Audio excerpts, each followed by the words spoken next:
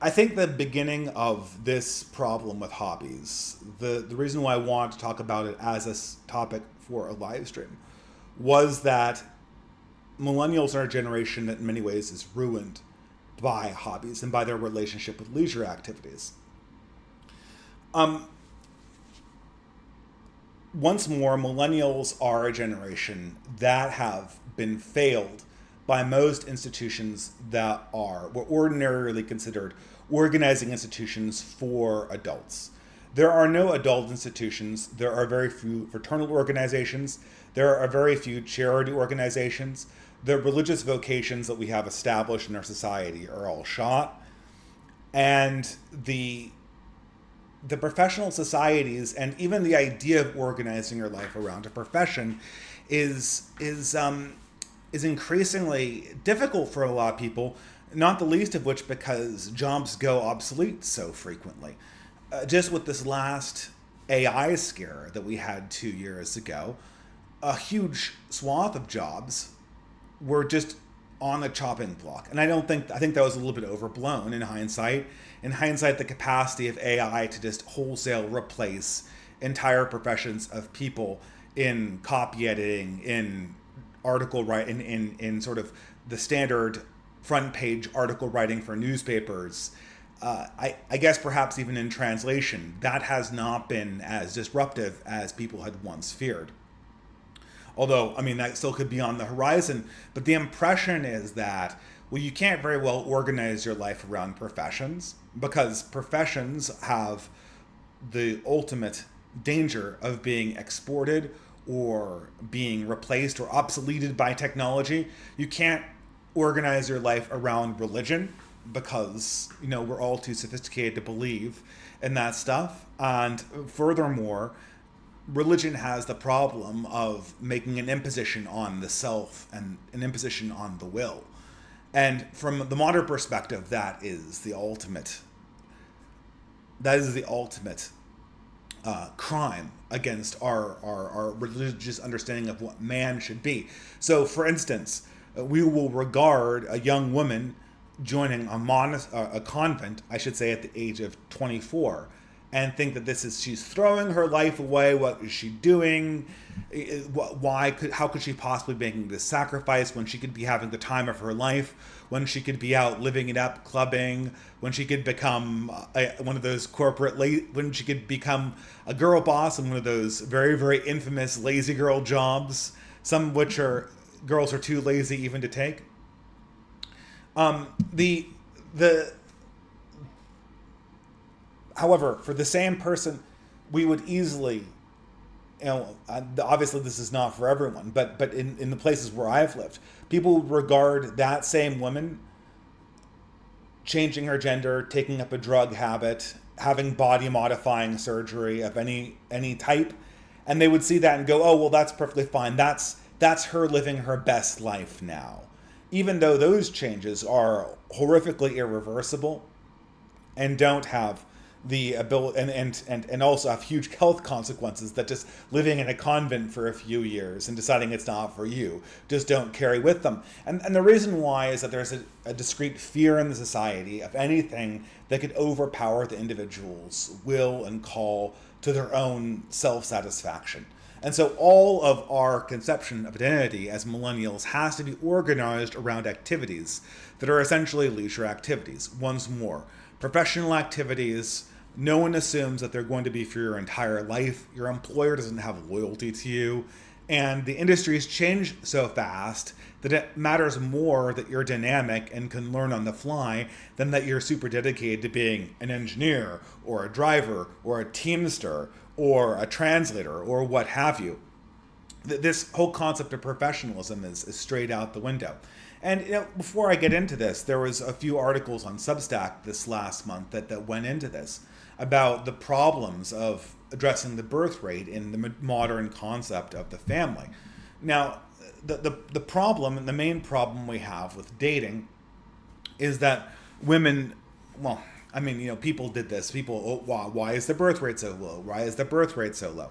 Well, I mean, there's a bunch of really good, I mean, and people treat this like it's a mystery. People treat this like oh, the low birth rates just fell out of the ether, and now we can't even explain why women aren't having children anymore. It just magically happened. Who knows? It's just a mystery of modernity, and no one's been able to figure out why this is happening. Well, I mean, not really. I mean, we all know why birth rates are capsizing.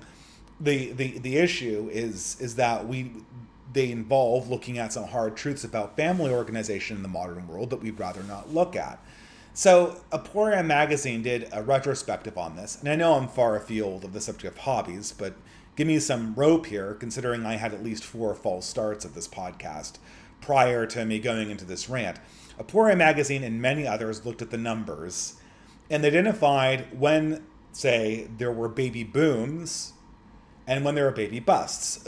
You know, the myth of the baby bust, the demographic winter that we're currently experiencing is this is just an organic product of technology, period. So technology goes up and birth rates go down.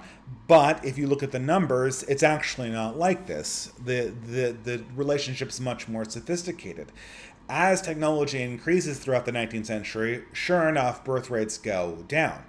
But sometimes they go crashing down, and sometimes they go skyrocketing up. So that there are these undulations inside the modern technological world that demonstrate periods where families form up and people have a lot of kids, and there's a society with a lot of social cohesion coming onto the scene. And then there are periods where all of this falls apart, and we're in one of these periods where it all falls apart. And from this relationship, from this longitudinal data, you can discern certain trends that lead people to have more children. And unfortunately, the main problem is women earning more money or out-earning men, or having higher earning potential than the men around them, or women just being highly educated writ large. Now, I'm a fan of female education. I'm a female education appreciator.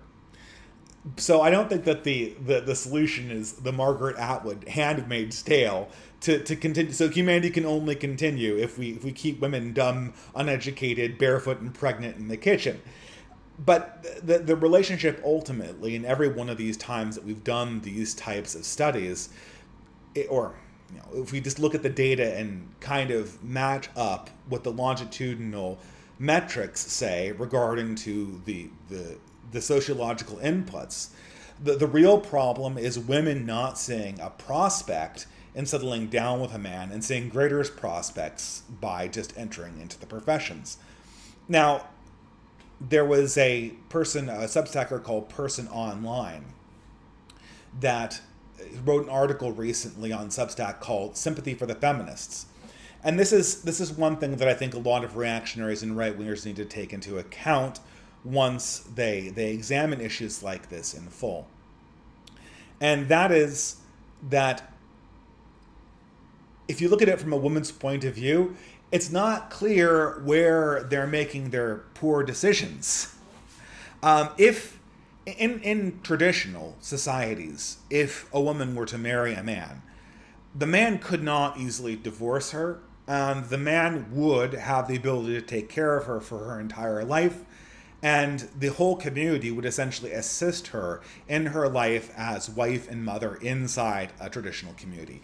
None of this pertains in modernity anymore. Inside the concept of the nuclear family, it's all just individual choice. So this woman's marrying a guy. She marries the guy at 18, 22, 24. She's got no professional experience. There's no expectation that this relationship will last for 40 years or that he'll necessarily be a millionaire. And she's got no community support. How would you justify pulling the trigger on that from the point of view of the female counterparty? I know, I mean, my loyalty is to the human race, and I want to see the human race survive. I want to see my nation and my peoples and my culture survive. So I have an incentive to ask people to get married early and often, and that begins with women essentially getting married early and often to men who will carry the brunt of the financial responsibility in the relationship. But the problem is that without the thick community and the guarantees of that thick community there, the woman is banking everything that she has on a lottery ticket.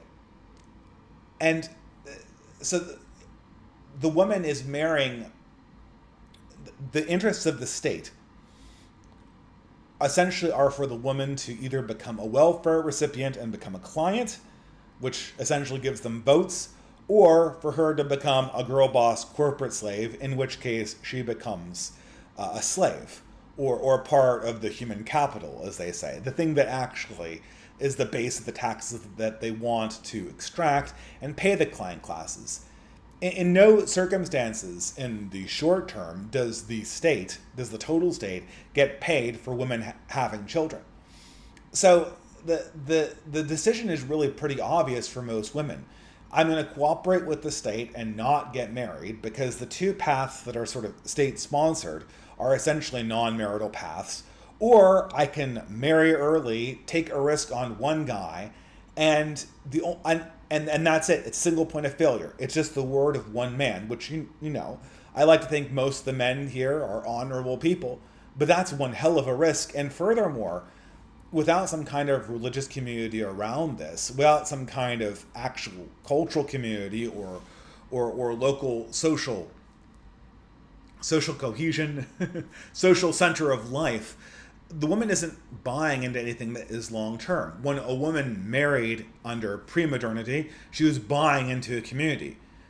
Now she's just buying into the life of one man. So I guess the reason why I went on this tangent is to sort of demonstrate that the idea of finding your identity through religion is closed to us. The idea of finding your identity through professionalism is closing and is making less and less sense these days.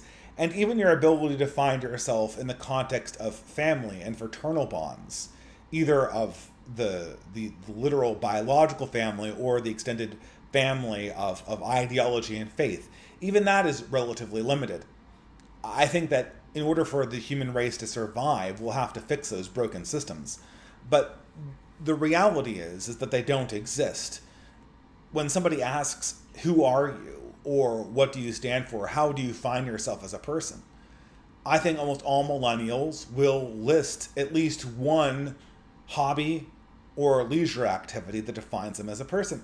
And this is what's so crazy, because you'd think that in this context, the millennial hobbies would be aspirational. You'd think that because people of the younger generation had all these avenues for meaning cut off from them, that people would be reaching for things that were more edifying and that symbolized the previous religious and spiritual impulse more heavily. But this has not been the case at all.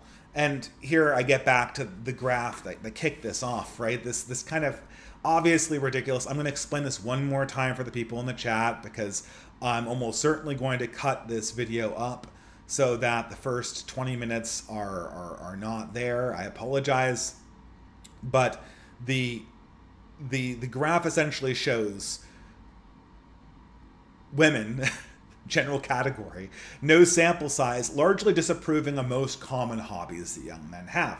And this triggers a typical sort of, I don't want to say incel response to this, but you know, the typical kind of male despair refrain that you hear so consistently on Twitter. Oh my God, women's standards, they're so out of whack, they're so high. How can you ever please them? Most men play video games or have nerd hobbies, but this is a disqualifying feature for women. I mean, it doesn't really say that on the chart. It certainly implies that, actually, like I said before, the axes are completely nonsensical. An unattractiveness score from 0 to 90 with no description of how the sample size or averages are measured. This is not a coherent statistical observation or a coherent statistical tool that you're seeing in front of you right now. But it kicks off a conversation, largely because I think it highlights the problem that I want to begin this topic on, which is the millennials, the young Zoomers too. Actually, I should say millennials and Zoomers, just the younger generation, the post-boomer generations. They define themselves via hobbies and leisure almost entirely.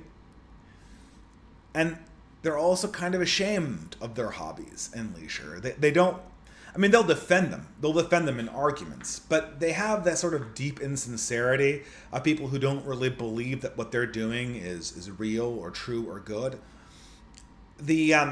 Well, we'll get into this in a little bit when we discuss anime. But when I was in high school, I had two passions that were sort of my main hobbies. The first one was anime. The second one was music, and like rock music. And I played in a high school orchestra, and a few years when I got into college, I would get into folk music with fiddle and mandolin and all that sort of stuff. And I was very, very keen on that variety of music until essentially my late 20s, early 30s, when it kind of got eclipsed by blogging and YouTube, although I still play it, and that's obviously what's referenced in the title of this podcast.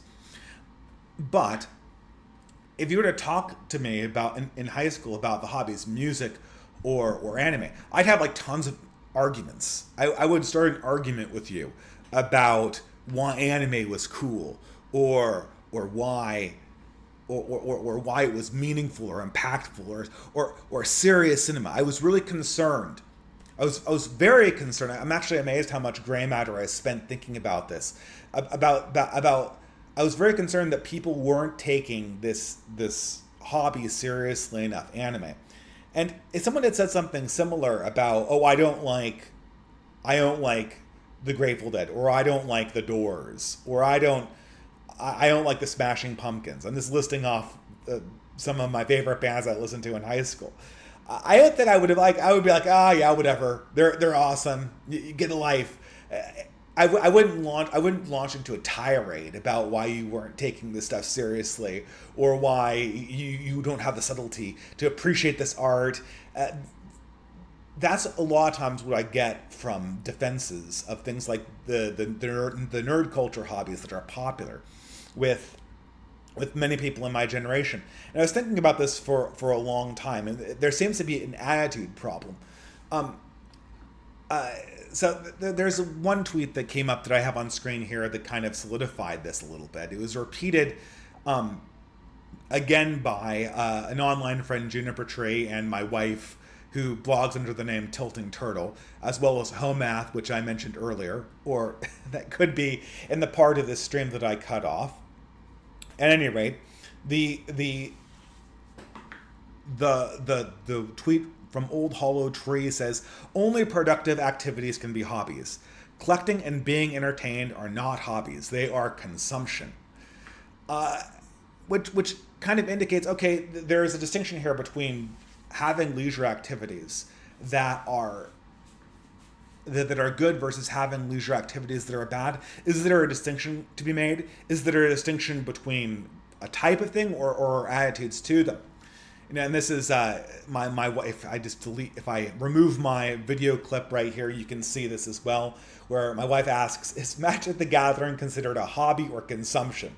And I've always found this so funny about my relationship with the game Magic the Gathering. I played Magic the Gathering in high school, and it was a guilty pleasure. And I stopped playing Magic the Gathering in high school largely because I felt it was unattractive to women. And then when I meet my wife and we get engaged, one of the first hobbies she takes up after engagement, almost accidentally, is she becomes very, very interested in playing Magic the Gathering and learning how to play it. Now, your results may vary on other women. I think it's very rare to have a woman who takes up one of these nerd hobbies and is so passionate about it, as is my wife, and is so interested in it for such a long period of time. But I do find it kind of interesting that I got out of Magic the Gathering because of girls, and then the girl that I eventually found and married dragged me back in. So that'll be part of the conversation, absolutely. But this is, to go off onto the third comment here, a similar sentiment voiced by Home Math, where he said, well, I'm trying to turn a generation of adult children into men, but I'm not allowed to criticize video games or anime. Pray for me or send substances. And I mean, this is the problem, right? We understand as millennials that we are locked out of a lot of the substantive components of what an adult life would look like. So naturally, and I think that there's a book that always reminds me of this dilemma. I never saw the movie, but I read the book, Ready Player One, and I don't think that there's any great millennial novel, but as insofar as I think that there's a novel that represents the millennial generation in a lot of ways, it is Ready Player One. So it's about this dystopian society. I don't know, not really dystopian, just kind of a rundown society where everyone's poor and corporations own anything, kind of like cyberpunk. And the main character is, it's been a while since I've read this book, but he's addicted to playing this online virtual reality game. I believe it's called like the Oasis or something like that. And you think, okay, so the subject of this adventure story is how he leaves the simulation and starts fixing the real world.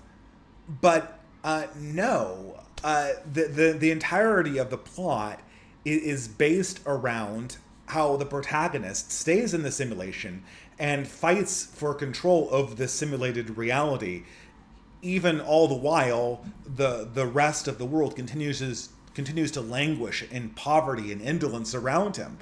And you kind of wonder, okay, is this the most relevant thing? You're a young guy in this world, and your great epic quest is to essentially recapture a virtual reality space and to call it your own. And of course, this is complemented by the fact that every one of the elements inside the Oasis is sort of a callback or a pastiche or a reference to an element of 20th century pop culture that we, the audience, would know. And this is exactly what millennial culture is. Okay, sure, we're going to live our meaningful lives in virtuosity. And we're going to define ourselves largely through leisure, but at the same time, the leisure can't mean anything because that's threatening. It can't touch the outside world because that's threatening. This is one of the reasons why you have the irony poisoning. This is particularly bad on the left, but we'll talk about it briefly. All millennials, and you'll recognize this in especially, I don't know why I go back to leftists, but I always associate this behavior a lot with leftists. They always talk about sincerity. They always talk about how they aspire to have a new sincerity, and they're getting this from David Foster Wallace. But the problem is, throughout all of the consumption products, is that people of the millennial or Zoomer generation always try to appreciate it ironically. Boomers, when they listened to Led Zeppelin because they believed in the message of Led Zeppelin or the message of the Doors. I mean, the Doors essentially was a cult that had a rock band around it. It was a cult of Jim Morrison and his new age hippie ideas about human potential being unlocked through music. And it happened to have a band with a few hits around it. And I personally love the Doors. They're one of my favorite bands in high school, right? They're one of the ones that I mentioned when I talked about my music obsession in high school. Okay, fair enough. Bloomers would listen to this stuff with full sincerity and full belief that this communicates something about how they should live in their actual lives. Millennials perceive these things as consumer products, and so all of the references they use, all of the t-shirts they wear have a layer of irony in them. And this is something that Gio from Giant Art Productions pointed out when he was going over the whole problem with media literacy on the left, is that, take for instance Simpsons references. This is a huge, most of sort of the irony poisoned millennials, again, especially irony poisoned leftist millennials, love making references to The Simpsons more than anything else. And the reason is because they feel like they can use this reference and immediately get recognition and applause because everyone in our generation has seen The Simpsons. But if they're called out or they're kind of put on the spot, if they are perceived as a subject that can be criticized, rather than as the disembodied consciousness that criticizes everything else, then immediately they can retreat to the fact that, oh, well, I don't really like The Simpsons. This is just a stupid little cartoon that I liked when I was a kid. Don't make a big deal out of it, bro. It's just a joke. It's just a meme. but everything is kind of a meme. Everything that the millennials are really passionate about in their leisure activities is designed to be kind of disposable so that it does not expose the self to criticism. Let's see where I can go with this on the slideshow. So here I have the question, is it a hobby or is it a vocation? Is it a hobby or consumption? Well, this is a hard question. I don't think that many vocations have started as hobbies. Many vocations have started as hobbies. If you look at the initial scientific revolution that we idolized in all of our, well, not our, I shouldn't use the collective here. If you look at the initial scientific revolution, which I idolized in my days as a cringe new atheist, before cringe new atheism was popular. Like a hipster, I was doing it before it was cool. Half of those guys who invented things like Bayes' theorem and all this other stuff were essentially gentlemen hobbyists. There were a lot of pastors and priests, like Mendel, who was the father of genetics with pea plants of all things, and these people were essentially, they had a job as a school teacher or as a country priest or as a monk or as maybe even just an aristocrat, if you wanted to go to the Francis Bacon example. And in their spare time, they wrote or did scientific experiments or did mathematics. And in that spare time, in that hobby, they created all of what we know as modern science, with a few exceptions. Modern science was not created by scientists. It was not created by a professional class. It was created by hobbyists. It was created by people who were doing things doing the thing as a passion for itself. So, I mean, this initial question about whether it's a hobby or a vocation, in my mind, is not very meaningful. Hobbies and vocations, if everything is being done ideally, if your hobby is being done ideally, the difference between a hobby and a vocation is really for God to decide. It's really for God to decide whether you've done enough in this pastime for it to have the weight of a vocation, or whether you squandered your talents, as Jesus said, and did not properly invest what you were given by God in things that properly glorified Him. But I don't think on the outset that any particular activity we have necessarily has vocation or hobby stamped upon it. The question's a little bit more troublesome when we say, is it hobby or consumption? I think this is more disturbing, especially for millennials. Millennials love consumer products that they can confuse for vocations. If there is one thing that my generation wishes they could have, they wish they could have something that they could go to the store and buy and be the vocation. That would be the passion. And then they could pop it out and pay the product and put it on a t-shirt, and they would be able to get the feeling of being vindicated, of being validated in their moral opinions, in the existence of their life, and yet also be shielded from criticism. The problem is that most people realize is that once your hobby does become a consumer product, it cannot be a valid hobby at all.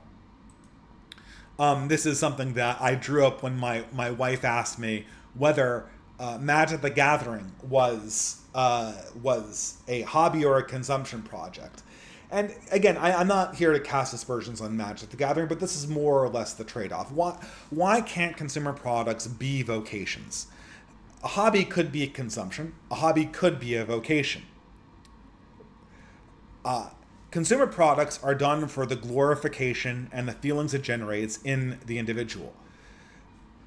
A vocation is done for the glorification of the true, the good, and the beautiful, or, to use another word for the true, the good, and the beautiful, a vocation is done for the glorification of God.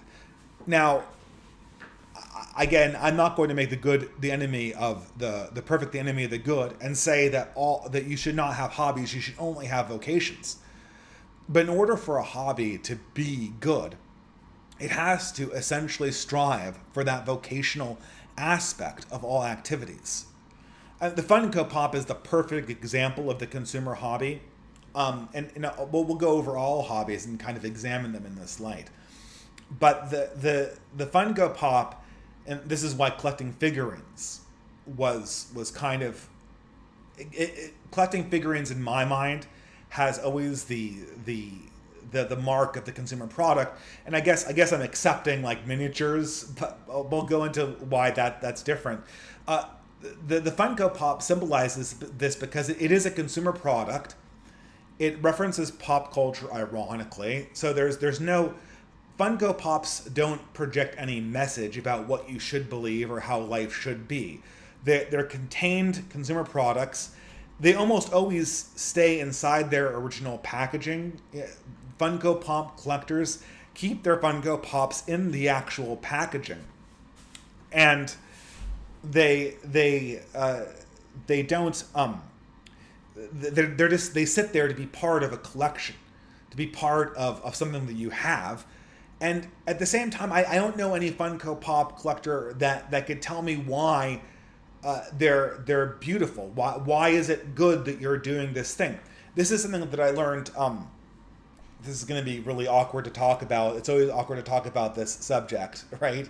But this is sort of the perennial problem with masturbation. Like let's just discard all of the problems that obviously religions are against self-gratification sexually, and every now and again, though, the idea is, people, sexual libertines, they always have this idea that we're going to make masturbation and self-gratification like cool. It was obviously we're against it because religions told us it was bad, and so we're going to we don't believe in God anymore, so we're gonna bring masturbation back and make masturbation cool and make masturbation good. The problem is that you can't make masturbation cool. There's nothing cool about masturbation. That's like, and you think, okay, well, that's just a religion, like that's just your opinion, man. That's just your opinion as an uptight Christian who's a Catholic, but it actually isn't.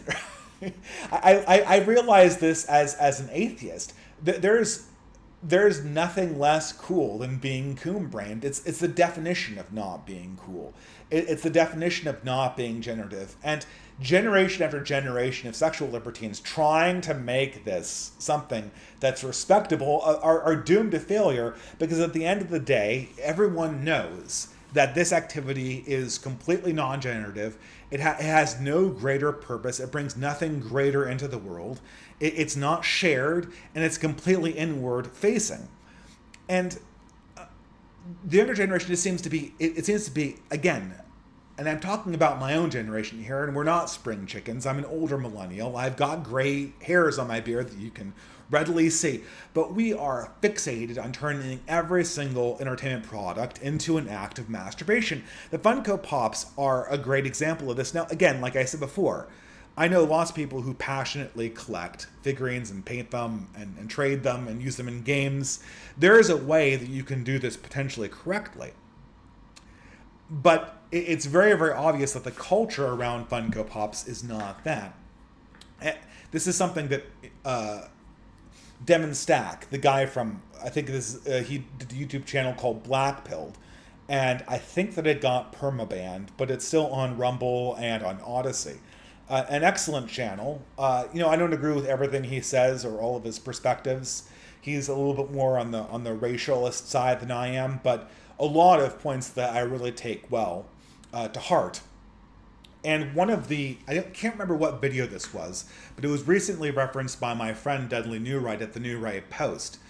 And this was Devin Stack talking about how he's my age. I think he might even be a little bit older, but when you get to my age, you one person did not make it. At least one person in your high school friend group died young. They had poor health, or they just ended up in an accident, and you end up essentially burying them and attending their funeral. and dealing with the aftermath of them dying, which is, for somebody in their 30s or 40s, is very, very different than somebody who dies in their 80s or 90s. But it offers a very similar set of questions, because in Devon Stack's retelling of the story, because this guy was so isolated from friends and family and lived alone, he was one of the people sort of responsible to clean out this guy's house before it could be all taken away and sold for consignment. And his house was, according to the story, just replete with all of these consumer items that were entirely inwardly focused. They were just DVDs and video games and arcade systems and comic books, and I don't know if this was listed, but Funko Pops and action figures, all of the things that you, as, say, a young boy might have dreamed they could own and deal with as a part of having a job that actually paid out money. And now they're just sitting around, and you're wondering what ultimately it's all for. What did any of this achieve? And of course, what is the one thing that Devon Stack immediately notices being everywhere in this guy's domicile when he comes to remove the stuff for consignment? Well, it's flooded with pornography. And this indicates just a man who had absolutely no vocation, a man who had no understanding that hobbies and leisure, even if they're gratifying for the self, and when we say something as a hobby or a leisure activity, I mean, ultimately all we mean is that it is not directly a part of our family life or our professional life or our religious life. I think those are the three. If it's not a part of your family life, your religious life, or your professional life, then it is by definition an element of leisure, I guess, with the possible exception of just sleeping or being sick. Any activity essentially falls under that category. But when you're looking for those moments of leisure to define your meaning, it's amazing. It's amazing how many people don't even take the steps to use their leisure time in a meaningful way.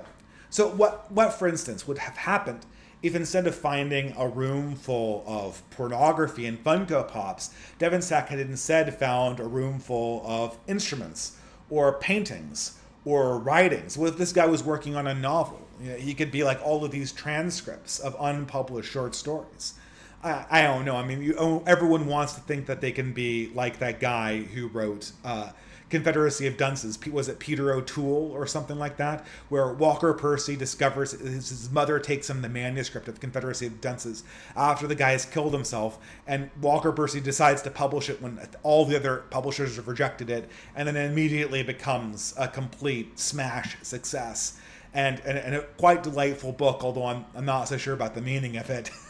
But everyone wants to pretend that could be them. But even if it hadn't been anything, even if the works of writing and the paintings and the music were just completely mediocre or weren't up to snuff to be actually enjoyed by people outside of the individual person creating them, there would have been this sense, I think, that this was a soul who was using his time to sort of seek meaning in the universe. He was reaching out into the ether and trying to grasp for something that was beyond him, that was greater than him, and that was designed to bring him closer to divinity and to his fellow man. That's not the case for modern entertainment. How many of your hobbies, if you died right now and people were excavating your possessions, would they hold this like, take for instance a very, I'm thinking about this, I don't think this was Steppenwolf, but there was a similar story of an old man who just, I'm totally butchering this example, but there was one story I remember reading where an old man dies, and it's discovered that he played the fiddle every night, and his downstairs neighbor didn't appreciate, not the fiddle, it was the violin, right? He was a particularly bad violinist, and he played it every night, and the neighbor above him hated it. I don't know where the story comes from, but I remember reading it. And it takes place in the 1920s in Germany. This is why I assumed it was Hesse or something like that. And then when the old man passes away and the guy doesn't have to hear the violin anymore, he realized that this guy was just destitute. His family had perished. He had no friends. And this violin music, however bad it was his attempt to kind of grasp at beauty in the last moments of his life. And in that moment, the author realizes that what he was hearing was actually supremely beautiful, but he was focused too much on the technical aspect of it. But how much of the stuff, if you were to immediately drop dead at whatever young age my audience is at, how much of the stuff that in your immediate domicile would be regarded like that old man's violin, and less like the Funko Pops and the pornography dug out of the late domicile of Devin Stack's friend from high school? I don't think, I think this is where I want to kind of start the conversation, or take the conversation. The first thing is, and I probably should have put this, there's two Stone Toss comics that immediately come to mind. The first one is this one here. I think this is a temptation, is to say something like, there are good pastimes and there are bad pastimes. And if you have the good pastimes, you're quote unquote doing it right. And if you have the bad pastime, you're essentially a coon-brained consumer. I don't think that the distinction, I think there are certain hobbies that suggest a consumption lifestyle, and there are certain hobbies that do not. In this comic you have in front of you, if you haven't seen it a million times before, the father comes in and kind of scoffs at his son's soy face obsession with video games. That's a complete consumer product that obviously does not enhance his life, yet he's so enthusiastic about it.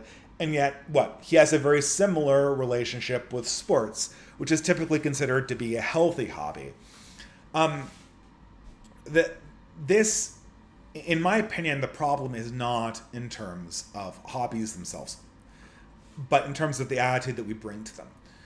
And, I will bring this, I'll get to this here too. I think even when it comes to things like nerdy hobbies, like board games and miniature painting or Magic the Gathering or video games or anime,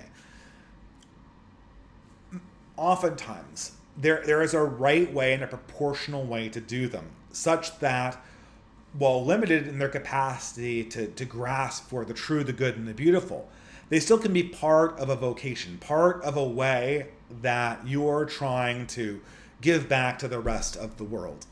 I think I have another example of this here with insufferable pastimes too. Bicycling is maybe another good example. Bicycling was known as a good hobby, as maybe the best hobby where I grew up. This was something that people with their lives together were really, really into.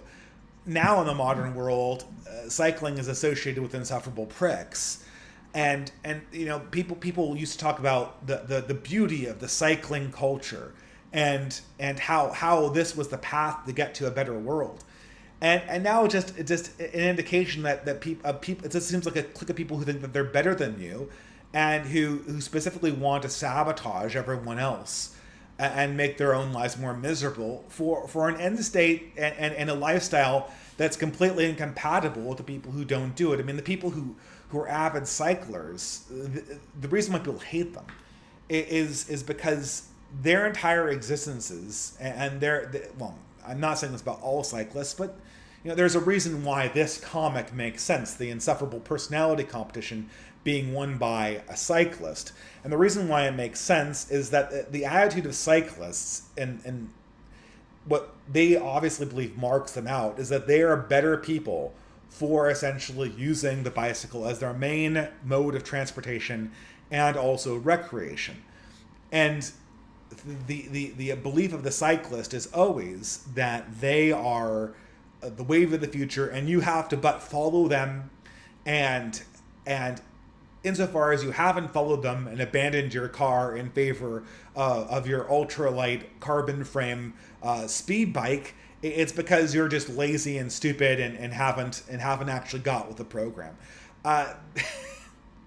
This is again beyond parody. it's not true, because most people could not pursue the hobbies in the way that the cyclists did, even if they wanted to. And so the entire thing has essentially been turned into a scoffing mutual appreciation society, totally disconnected from their broader idea of who they of the world that they want to create, or wanted to create, with cycling itself. So there's a dimension here, both that the activity has to be not just, not a consumer product blatantly, and also it can't be something that becomes an aristocracy of prestige with no attempt to reach down and uplift and understand how it can be incorporated into the broader human project. That is why cyclists have earned their bad reputation. And it's not just because they take up an entire lane of traffic, although I'm sure that doesn't hurt. You have the cyclists driving right in the middle of the car lane, such that you have to essentially cross over the passing line to get around them. That's also the case. But that's a secondary concern. Every hobby has the potential to be bad in that regard. The real reason why people hate cyclists is the same reason why people hate vegans, which is that they have turned a noble calling into a cult of elitism that's designed largely to set themselves aside from the rest of the plebs that they consider beneath their consideration. And it's transparent that they believe this. And no one can respect a hobby that behaves like this. The essential qualities of good pastimes. What do people look for? And what would be the indication of something being closer to a vocation? Once more, I always say that when you get to any hobby, when you arrive at any pastime, again, I'm using this term incredibly loosely, any pastime that is not directly related to your religious practice, your family, or your employer, when you arrive at, and that you elect to do yourself, you could walk away from this at any time you wanted to, and it would not have a serious impact on your financial bottom line. So, I guess this entire YouTube channel is a hobby of mine to a certain degree. But what is the number one thing I always look for as a rule of thumb? Try to imagine a person doing this in a way that you would see them doing this and go, I might not like that particular hobby, but that guy's doing something that's cool, and he's actually kind of helping people out a little bit. He's doing his own thing. I could see how people might like doing that. I could see how people might want to participate in that activity collectively. This is also the reason why masturbation can never be a pastime that's cool or productive or vocational, is because it's literally impossible outside of pornography to imagine someone masturbating and having it be something that you could see someone else doing and go like, yeah, that's that. I'm not into that, but that guy's pretty cool. He's pretty cool for pulling that off. That seems like a good wank session there. Yeah, good job. I always give the example of, to use a contrary example, of NASCAR. Because NASCAR is something that is very popular in red states, and that me as a native blue stater just cannot for the life of me understand. But I kind of respect the hustle. Yesterday I also said this about rap music, where rap music, again, is something that I consume in very limited quantities, but I kind of respect it from the outside looking in. I can kind of see what people like about it, and and the same thing is true for NASCAR. And I absolutely love having people explain to me what they find so valuable about things like NASCAR, because it gives me the insight into a world. Like, I had this one girl. I was a mechanical engineer and undergraduate, and there weren't very many girls in the program. And I later on in grad school, I transitioned to something that was more kind of math and computer science based. But I started out as a mechanical engineer. And one girl was really into NASCAR riding. And I was not attracted to this woman at all. I know what you're thinking. I was just letting her talk so that I could, I could get a good look at her or whatnot, or maybe have a chance at asking her out. But this was absolutely not on the table, and I had no desire it to be. But every time she talked about NASCAR, I'm like, I have no interest in doing this, but the way you're talking about this passionately and the way you're explaining your involvement in this sport of racing, this is making me. I can imagine an alternative life where I could be really passionate about this, and I can see how engaging in this is furthering human excellence, even if it is in a dimension that I can't properly understand myself. You can't do that with absolute wankery. No one ever sees someone else wanking off and is like, yeah, that you do you. The qualities of good pastimes, and as I want to do, I broke this down into an acronym. Good pastimes have to be productive, they have to be aspirational, they have to be collective, and they have to be time. Again, I'm blocking this a little bit. They have to be time proportionate. So they have to be productive in the sense that, as I always say, you always have to be building. The hobby has to leave behind something that could be appreciated by another person, I would say, that advances some goal of the human race. And this obviously kind of directly indicts the problem of gaming, but we'll get into that a little bit later. But it is a struggle. I think that a hobby has to have some productive dimension to it. Always be building, as I am wont to say. It has to be aspirational in the sense that it reaches for something higher than itself. The goal of all hobbies is to uncover a good inside of themselves that seems to transcend what you'd ordinarily think could come of this good, and or this practice. So the point of every good painting, in my opinion, is to communicate something that you never felt could be communicated properly in a visual medium.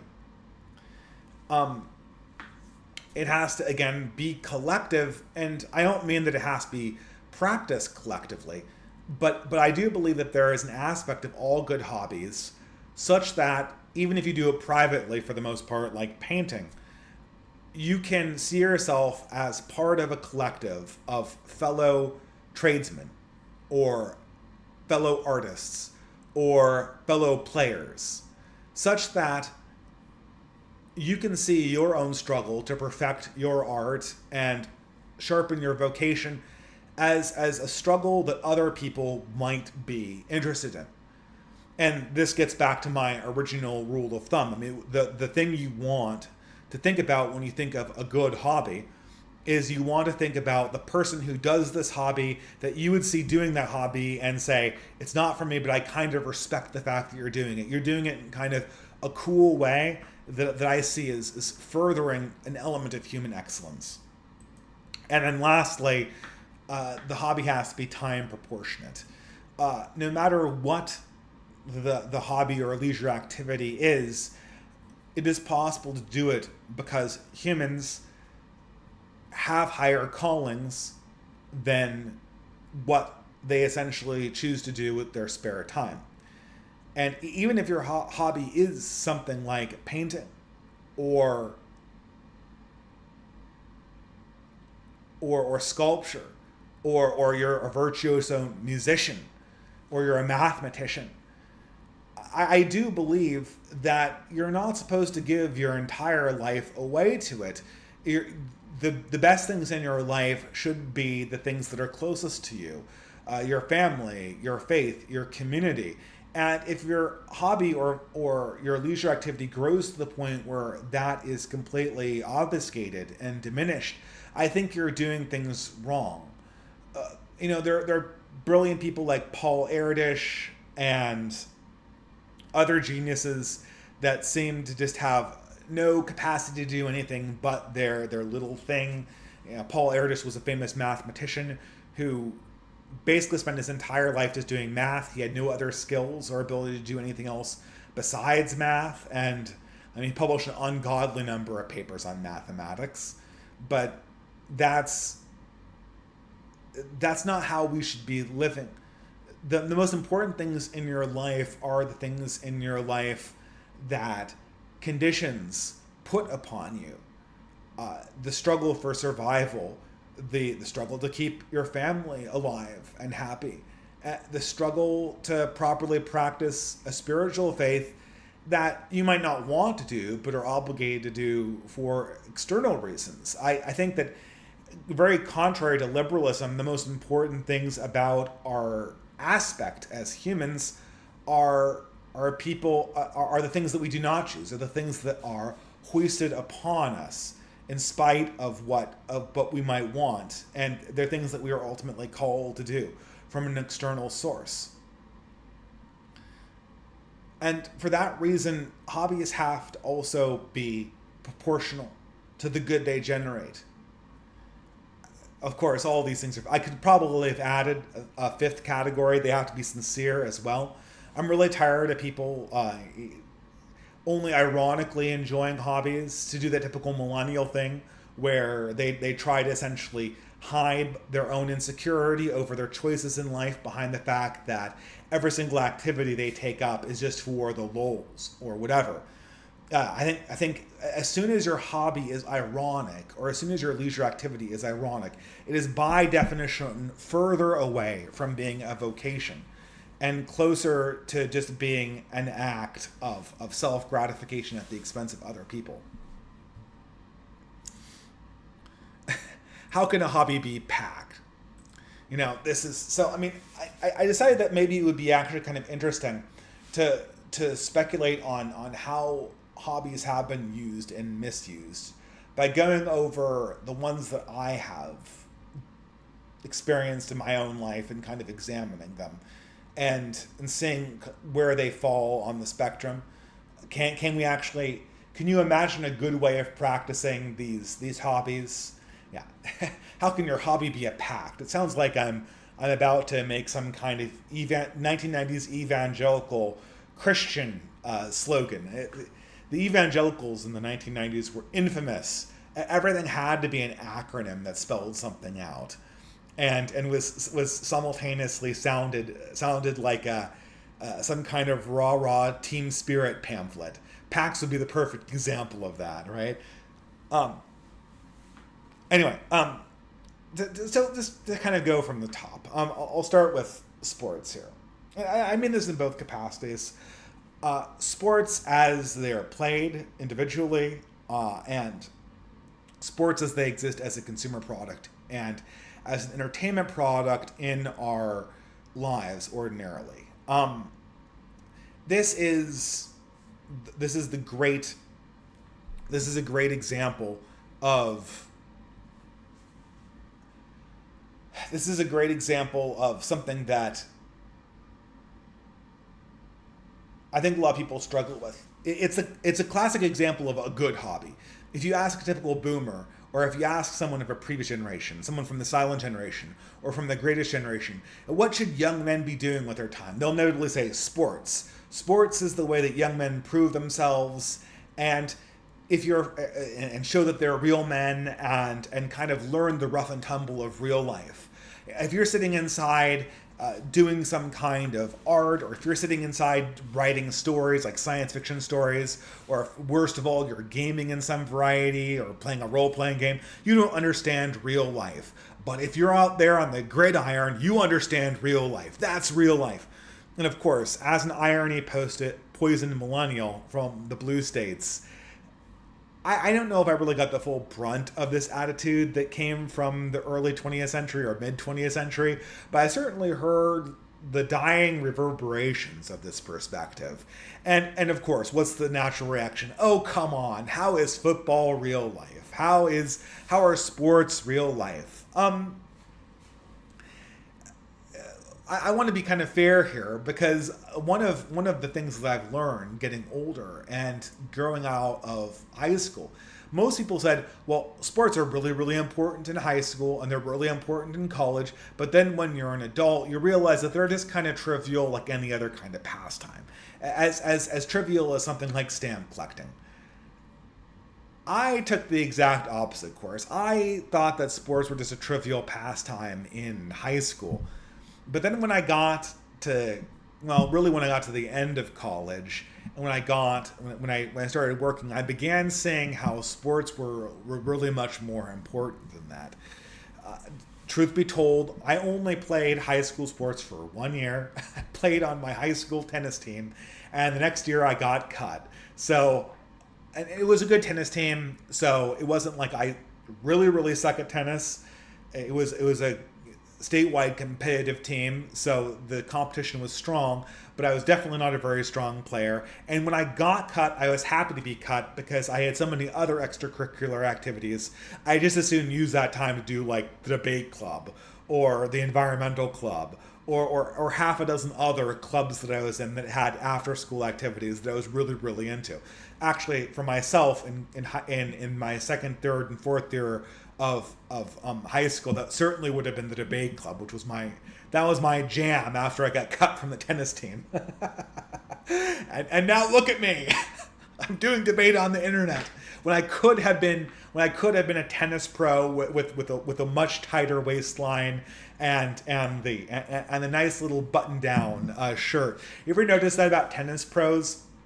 Invariably, they always wear like button up shirts, but they have the shirt like buttoned down 2 buttons lower than what the shirt would ordinarily be buttoned with an ordinary person, and they never wear an undershirt, kind of display the fact that they're fit and they're hip, and they're here to teach you tennis as the man's sport, or at least that they were that way in the 1990s and early 2000s when I played. No, but I mean, sports is real in a way that other pastimes are not. And it does show you, because there is absolutely sports slop. There absolutely is. I mean, the Stone Talk comic was not wrong about this. There is 100% sports slop, and boomers are 100% guilty of consuming their fair share of sports slop, where the whole idea is just the sports as a consumer product. But the thing is that there is an ideal of sports that mimics the real world more than almost any other activity, and the fact that it is physical and the fact that it is happening in the moment is sports and art. You know, I think short of actual arts, the sport is the closest people can get to trying to reach for the actual divine. This, at least until the 20th century, no sport could be recorded in the way that we would imagine with modern video technology. But it's no mistake that so much ancient art essentially depicted moments of competition and moments of heroism in sport when they weren't depicting when they weren't depicting bloody battles. This is true for the Greeks. This is true for the Minoans jumping over bulls, if that's what they actually did. I don't know if it actually went that far, but they certainly were depicting some sport. It was true of the ancient Aztecs.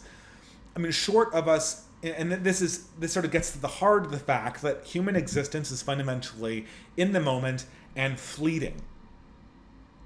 It is in the moment, and it is fleeting, and heroism exists in the few seconds of decision, where training comes together with teamwork and you're able to execute in that moment. It is the holy moment, and it is the undecided moment. You're watching, and when you watch professional sports, you're watching reality unfold, because you're watching 2 human wills collide physically with each other on the field of battle, and one person wins or loses based on the whims of destiny and based on the individual decisions they make. And the eternal question always will be whether victory is garnered by the competence of the heroic people who participate in it, or whether it's just the winds of fate. But in some ways it doesn't matter, because what matters is the moment, and whether that was brought by a deterministic force of fate or a random force of fate, or whether that was brought into the arena by the strength of the gladiator himself. The important thing is that strength is tested in a moment of truth and immortalized in that moment of truth.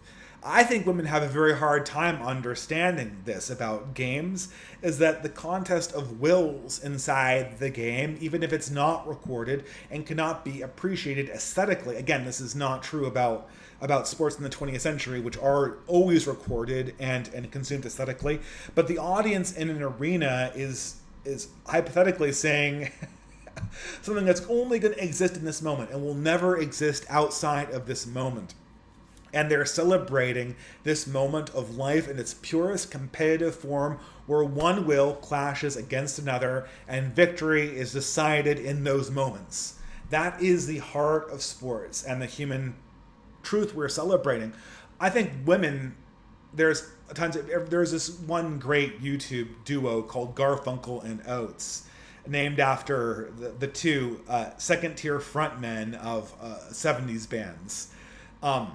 Hall and Oates and then Simon and Garfunkel, right?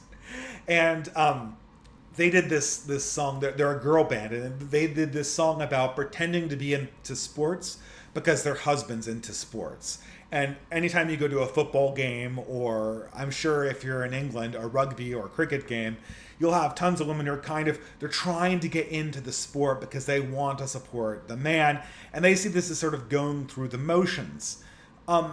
And certainly, there's a dimension to the fact that this is war, and this is and this is all about being on the team and being on side. And for this reason, the fact that football has itself become mercenary, the people who play football these days are not the students. Well, they are the students in the school, but in many times they are brought in on football scholarships. So they don't really represent the student body as it is, but more or less a cross-section brought in by football scouts. And that sort of applies doubly to things like the NFL, and the same story is true for baseball. Ideally, it would be collectives clashing imagistically through the fact that their champions are clashing on the gridiron, on the field. But even if you were to cast aside all of the team dimensions, all of the patriotism or loyalty to college or loyalty to state or city, and you were just having team red versus team blue, sports still would have a magic in it, in the fact that it is the most pure encapsulation of the human will to grasp for victory and fight against itself that can be put into a moment of action. And for that reason, it will always eternally be celebrated. It's like what Yukio Mishima said. The struggle in all of Yukio Mishima's books is the struggle. And this is, you can, if you don't want to read any of his books, you should see the movie that was produced by, I think it was produced by Steven Spielberg and George Lucas, called 4 Short Films about Yukio Mishima. Brilliant film. But the idea that Yukio Mishima struggled with was the fact that human vocation is not meant to exist in amber for all eternity, life clinging to life. It's supposed to be experienced in a transient moment. And sports is about that transient moment and the life that is experienced both in the players and also the collectivity. Okay, so how do you make returning to our previous slide, how do you make the act of sports playing P.A.C.T, productive? This is why I'm tired. You can always say I'm forgetting my own acronyms. I need notes here. Productive, aspirational, collective, and time proportional. I should also say this about sports too. This is, in addition to what I just said about the individual wills clashing, I like football for the same reason why I love debates. I love, and I never played football. I've never played football other than just that stupid stuff on the playground you used to play. Everyone used to play football in elementary school in blue areas would always know that you are playing two-handed touch or ultimate frisbee. And then when the teachers weren't watching, people would go, tackle! And then you'd actually play the real game with the tackling. But, other than that, I never played football. But I still appreciate its existence because I love the clash of wills. The same thing is true for debates. Debates exist to show the contest of wills. And you can see this very much on display in the debate between Biden versus Trump. And it's a world historic moment when a candidate lost a debate so hard he literally dropped out of the entire race. And that was because the point of the debate was not who had the best answers to a public policy position. The point was the spirit of belief and the strength of the individuals on display in the arena. And in that moment, Joe Biden was shown to not have the will or the belief. And the fans of Joe Biden showed that they didn't have the belief in him. When he began to fail, they abandoned him. That's the spirit of sports. That is the bond that's shared between the spectator and the participant or the player. And that's what's trying to be communicated.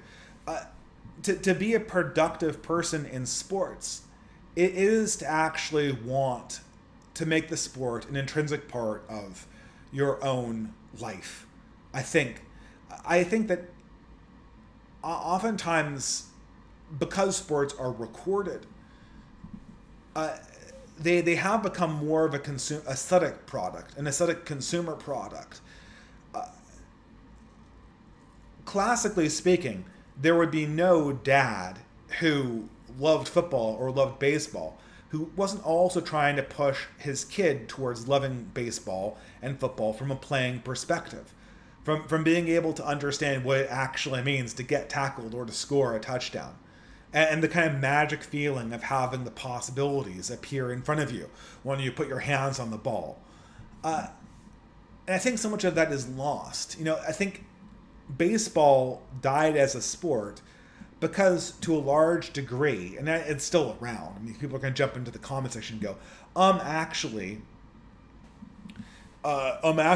baseball is better than ever. They're hitting more home runs now than they ever have before. Blah blah blah. I'm sure it is. But I mean, baseball was, in my mind, destroyed by Moneyball, by the idea that people were sort of playing the odds, and that what the managers were doing was fundamentally different than what the fans were doing.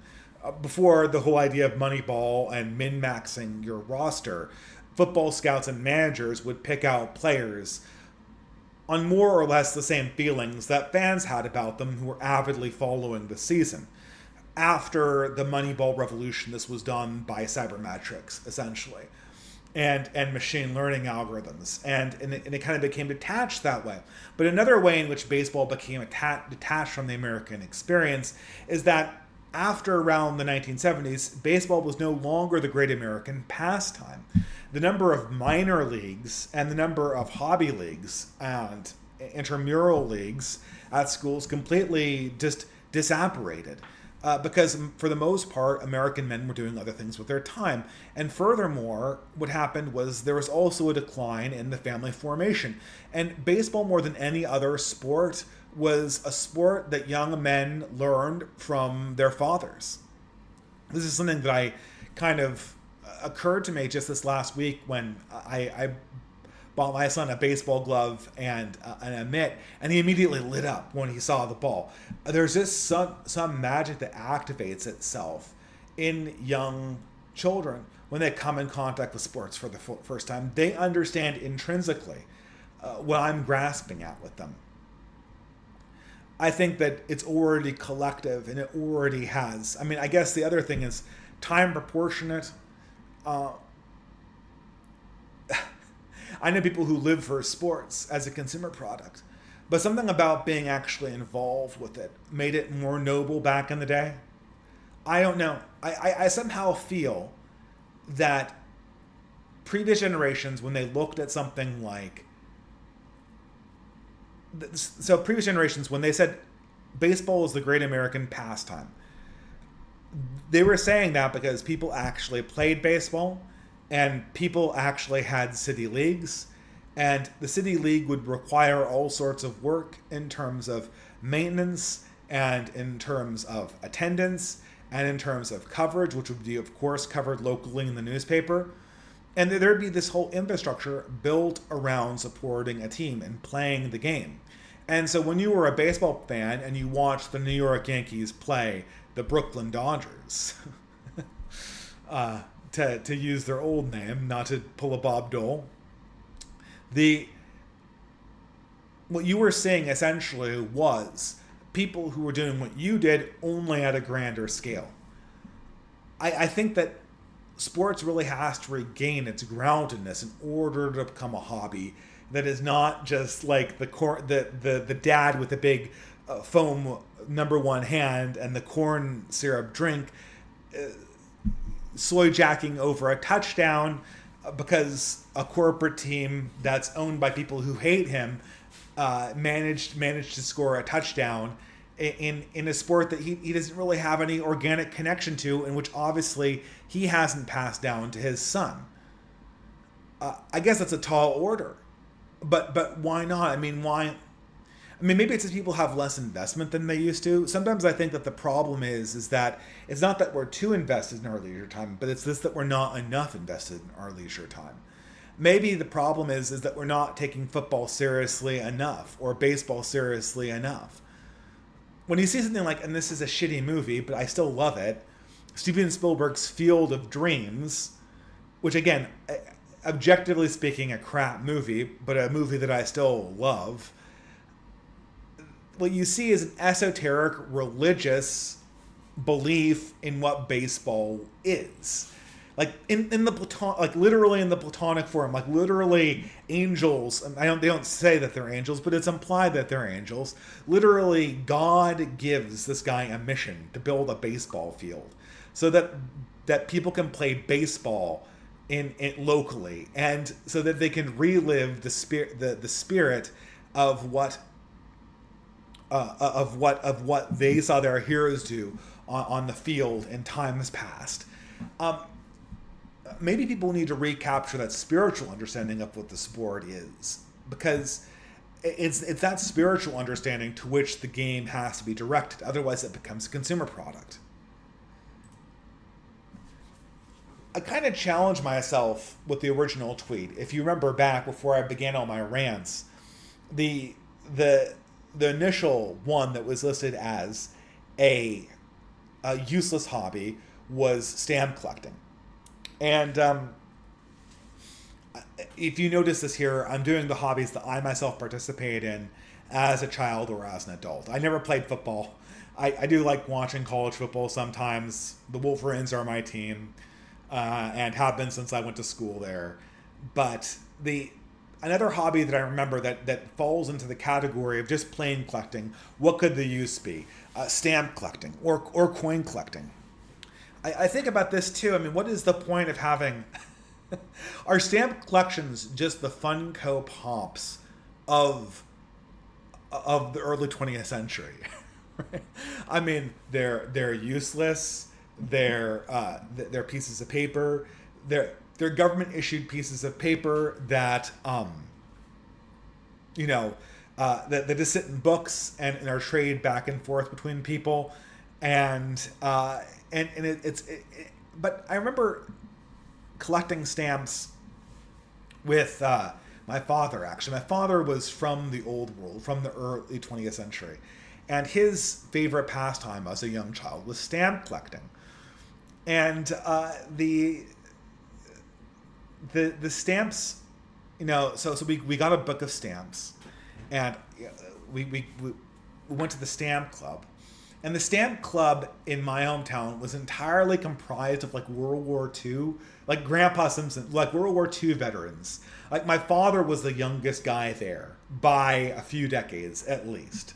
And the only guy who owned a shop that sold stamps like for collection purposes was, again, like a guy in his 80s, right? And he had coins too, just to kind of diversify because stamps were such a dying hobby. I guess initially I kind of just did it because my father said it was interesting, and I kind of wanted to spend time with him.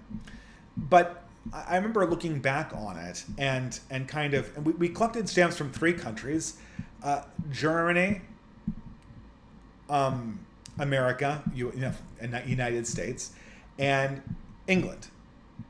And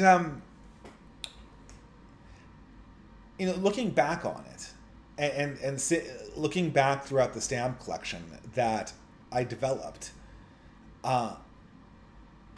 you can see the history of the 20th century. And so, what are stamps?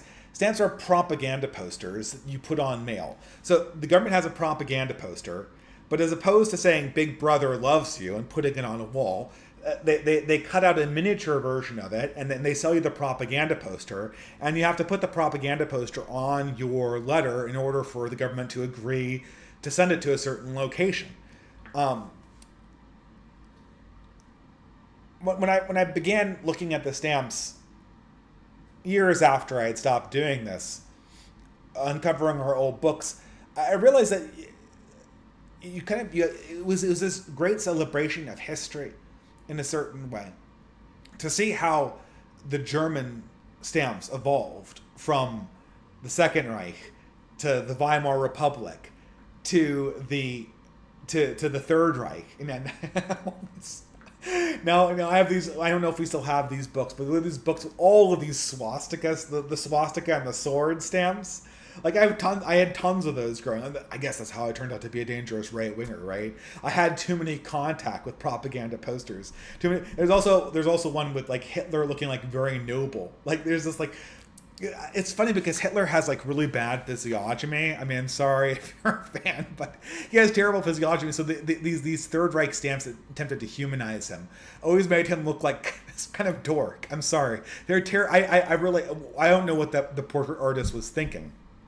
But you have all these things, and you see like the propaganda is how initially the state is very, very secure. And what you see essentially are stamps that just reference the existence of Germany and the existence of maybe some external symbol or celebration that's being a development in the news. It's almost like you're seeing a newsreel. We launched this battleship, or this airplane is coming online, or the famous, in America, the famous upside down airplane stamp. That's the most rare stamp in existence, I'm told. Or in England, it would be some indication of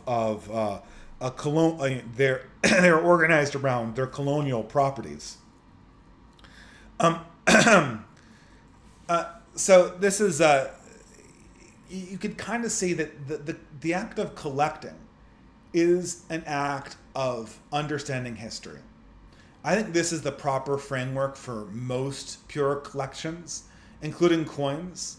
I mean, there is obviously the fact that these things have rarity to them and they have monetary value, so you're kind of doing like a stonks thing, or you're speculating on Bitcoin currency, which kind of old stamps are. But on the other hand, you're also preserving and celebrating history of how a country progressed.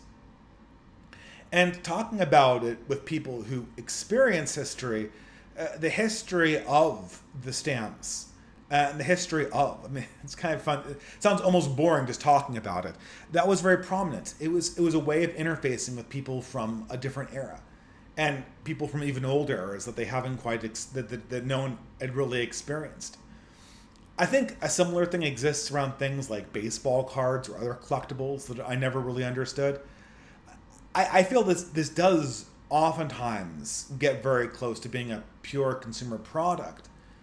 But is there nothing to be gained from trying to understand why these were valuable to people and the world that they communicated when they existed? I think it's harder with modern playing cards that are literally printed out from modern printing presses that have no sentimental values attached to them.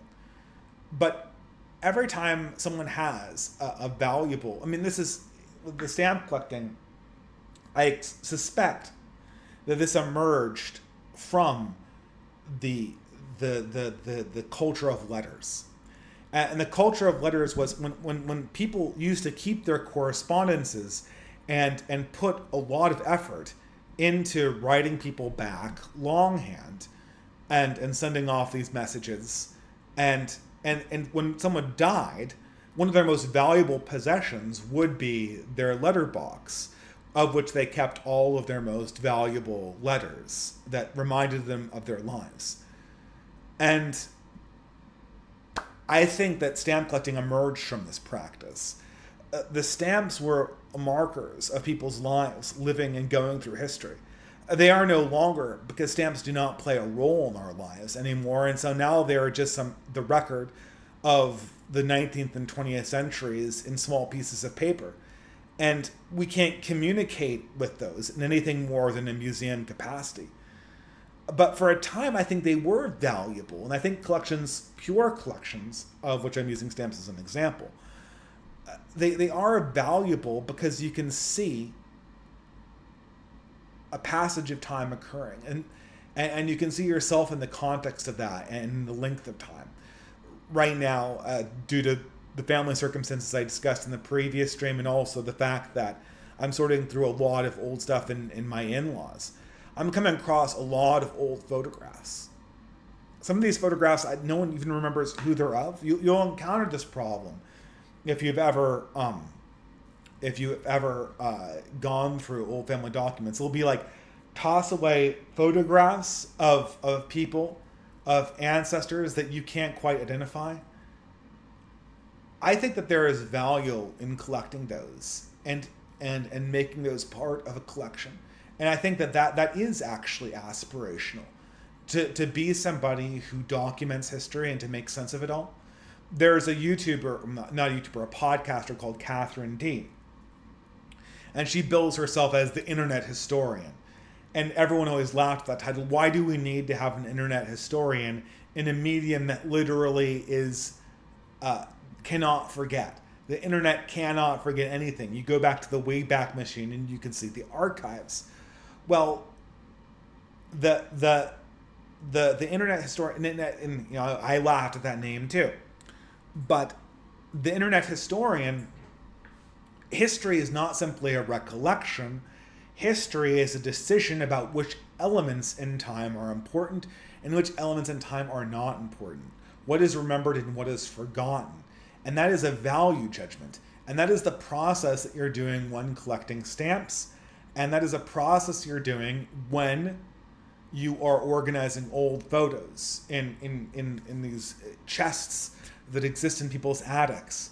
You're finding the mysteries, you're filling in the blanks, but you're also deciding this stamp is an important stamp because it indicates something about history that we have a very, very hard time communicating without it. The collector is the historian, the vocation of the historian. The same thing's true with baseball cards too. When you organize baseball cards, insofar as spectator sports are meaningful for reasons that I just discussed, the record of the spectator sport. Why is the Honus Wagner baseball card such an important, the Honus Wagner rookie card, which there are only, 3 or 4 in existence? Why is that such an important piece of history? What did baseball mean in the 20th century? What did Honus Wagner mean in the context of that? That's something that the collector can tell you. That's something that a properly kept collection can tell you. A collection is a collection of absences just as much as it is a collection of presents. Although completionists might disagree. I might skip over that. So, I mean, I will take a gander, a speculation here too, on the topic of things like music. This probably could go in an entirely separate stream. I think music is one of the hobbies most people think of when they think of a good hobby, and indeed it is. Music, like I said before, me starting up blogging was probably my primary passion outside of doing engineering work and reading really old books. And it's tough because I think a lot of the culture around music has also similarly died. Have you noticed that there is no millennial music form? Just like there's sort of a death of culture. When you talk about the 90s, which were the high watermark of Gen X cultural contribution, there is obviously the grunge movement and alternative music generally. When you go back to the 70s, the high watermark of the boomers, you have the rock band. When you go back to the 40s, 50s, or even to the 30s, you have the whole jazz age. There's nothing similar for our generation. We've kind of lost our hold on music. I think we've lost our hold on music for the same reason that we've lost our hold on sports. the fact that we cannot really conceptualize holiness means that all music are simply acts of kind of masturbation a little bit. I think the thing that really killed, I had a friend that discussed this about a year and a half ago, or maybe 2 years ago, called Anglo Ortho. He was at the initial Sildings conference in Nashville, Tennessee in 2021, which was then became the OGC conference and the summer OGC conference. And I was blown away by his talk there, and he's a musician himself by trade. And he attributes the death of music to the invention of the iPhone, because he said that after the invention of the iPhone, all the band members were always doing social media posts and thinking about how the music would be perceived on social media rather than being perceived in the moment by people listening to the record or in live shows. And I kind of agree with that. It also was killed by the iPod. So the idea, again, of being a music... So, I mean, playing music is a different thing. And I think that still has some holiness attached to it. But you need to put a lot of discipline in it. I haven't played the violin. So I used to be really into fiddling. And I moved across the country and I brought my violin because I didn't want to put it in the storage container. I put some cheapo instruments in the storage container and I pray that they're okay. But I didn't want to expose my prized violin to that, so I brought it across the country. And so the first thing I do when I get here is I pop it open and I try to play a fiddle tune, and I realize that I've forgotten them all because it's been 5 years since I've regularly played that instrument, and now all the songs that were in my head are completely gone, and I used to have them memorized. And so it's a discipline, and I think there's still a lot of holiness there. But you need constant practice for that, and I think that the modern age disincentivizes that practice. But insofar as music as the consumption choice, and I wonder if that's on my next slide, right? Okay, yes. Another thing that I had a collection of vinyl records. So in the 20th century, music was a tenable consumer product because you were resource limited on the records you could buy and the records you could store. The decision to play the record was an actual decision. People didn't own every single record in existence. They couldn't have it on demand. And so the example of stamp collecting or collecting in general, you had a record collection. And that record collection reflected a decision of yourself over which musical elements were meaningful and important. And in that moment, they gained spiritual significance. In the internet age, in the age of the iPad, first of all, you consume music not on the radio.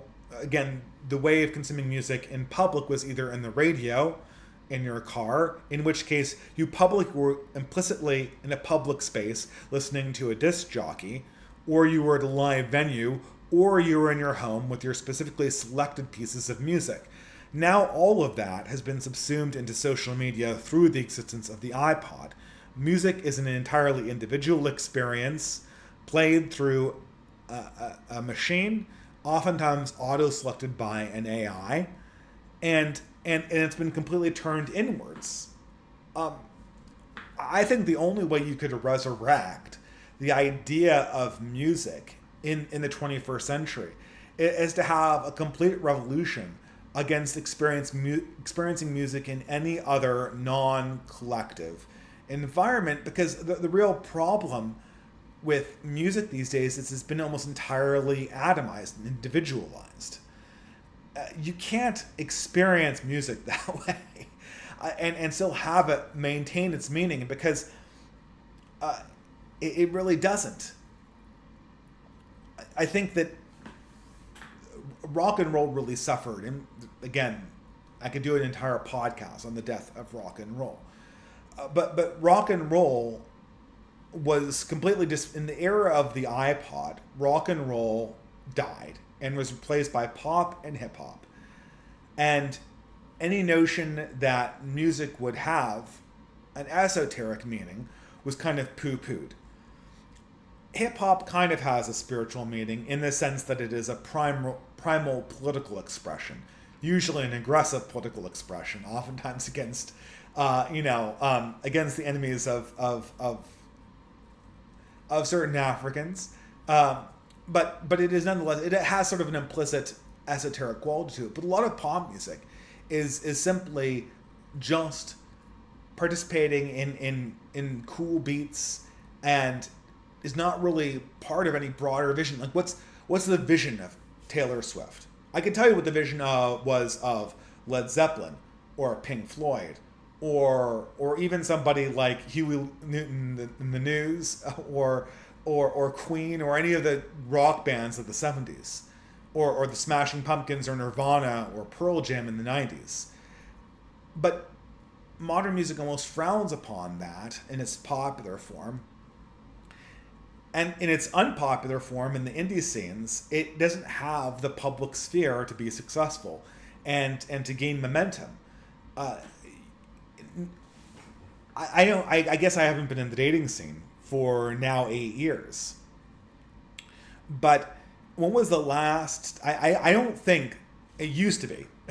It used to be. When I was in college, a good in with a girl was to give her a mixtape of various different music that you didn't think that she hadn't discovered yet, that you think that she would like or that she should get to know, and then you'd explain to her why it was good. Or you could take her back to your house and play her a record, because I was a hipster, because people were just starting to get iPods back in the day.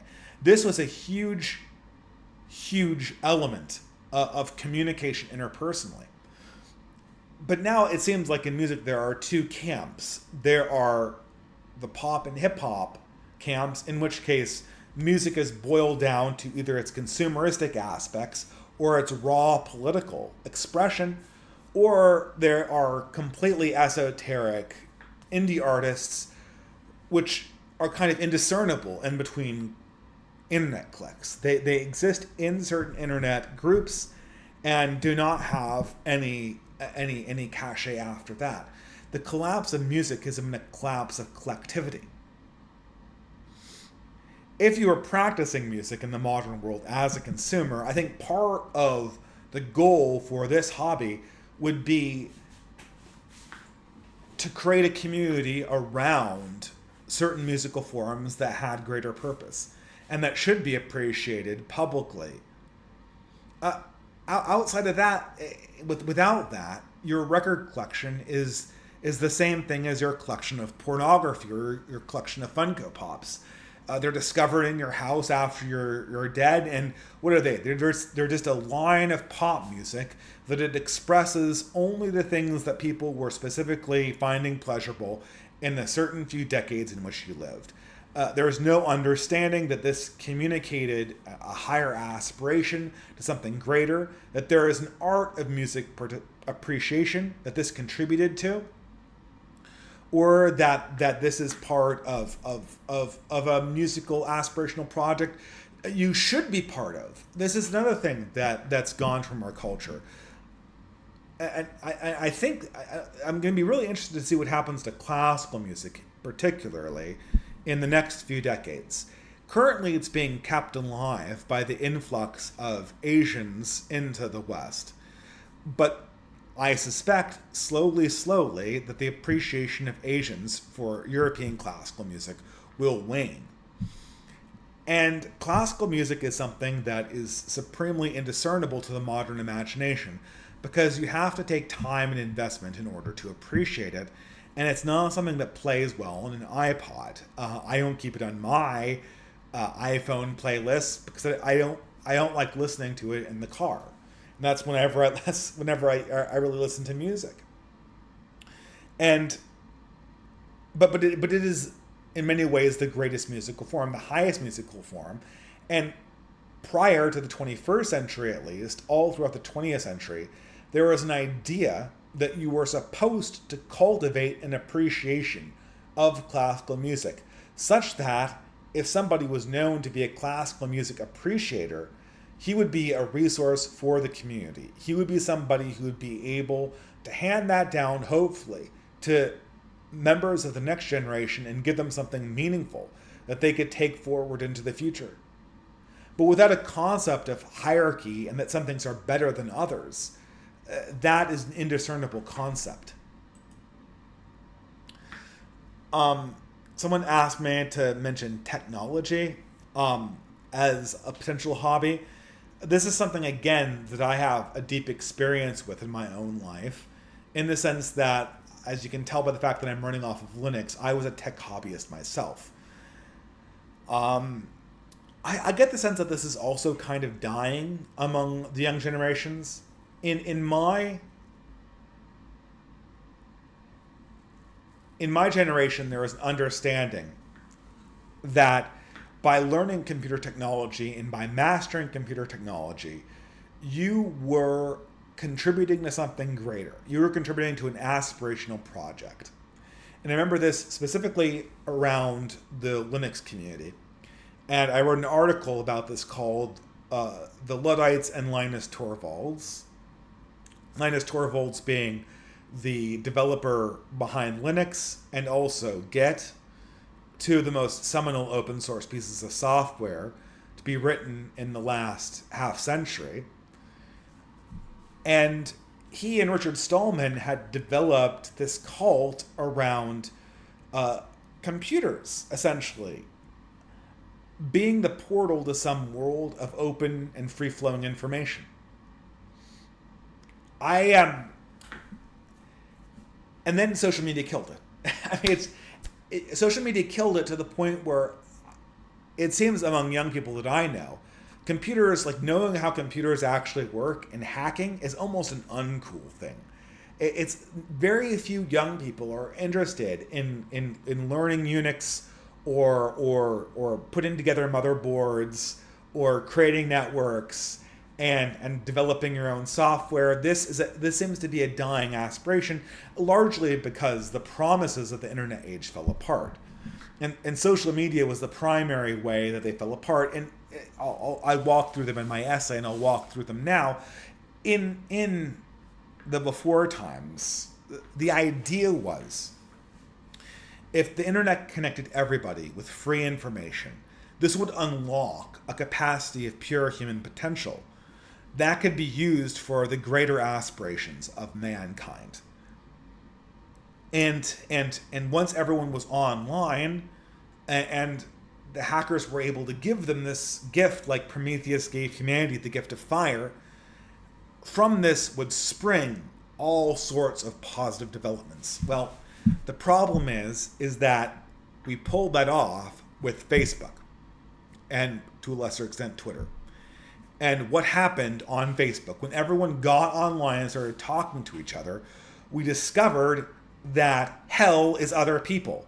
And that having everyone talk to each other at once with no moral commitments, with no common moral or aesthetic preferences, is a recipe to getting everyone to essentially defriend each other and disown each other.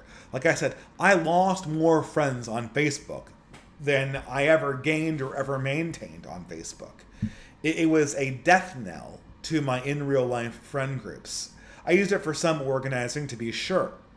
But that showed people the limitations of technology. Technology did not change human nature, it only transported it.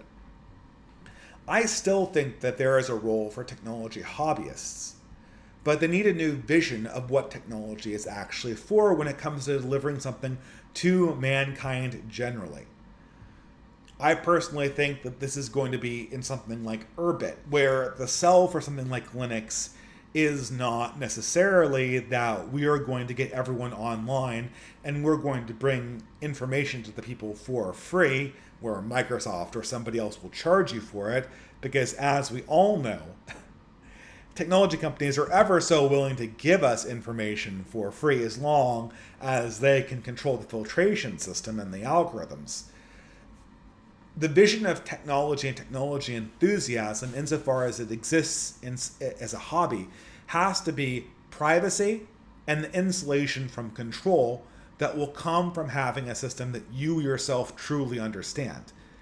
Everyone else has made themselves the slave of technology, but if you use this, admittedly, less good software, and I certainly suffered for that again today as I had frequent OBS problems throughout. we will be able to give you independence, an ability to understand where your data is and understand that you're using your data and that it's insulated from AI algorithms that will inevitably gobble it up.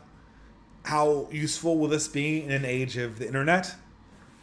I don't know. It's hard to say if there is something to be gained here. But this is the beginning of something, I think. A new paradigm. A new paradigm. The problem with technology and technology enthusiasm as a hobby is that no one believes in the old promises anymore or its old aspirations. And in order to be a functional hobby, it needs to get new ones. All right. So let's get down to some of the more nerdy hobbies. Again, this is board games. So I could have put chess here. Here I have just what we would usually call these games Euro games. One of my favorite ones, Betrayal on the House on the Hill and Dixit. One of my least favorite ones, Settlers of Catan. This has been frustrating for me because I certainly have had the most fun playing board games with people, and certainly is an excuse to meet people. But I also feel for the millennial generation, this has been kind of a horrible consumer product. I remember one of my friends back in Seattle organized their entire life around board games. They were also really into Star Trek. And it was weird because you'd walk, I think they were a mailman. That was their job. You wouldn't know it because you'd walk into their house and there was like these two towering altars to board, like Euro board games and Star Trek.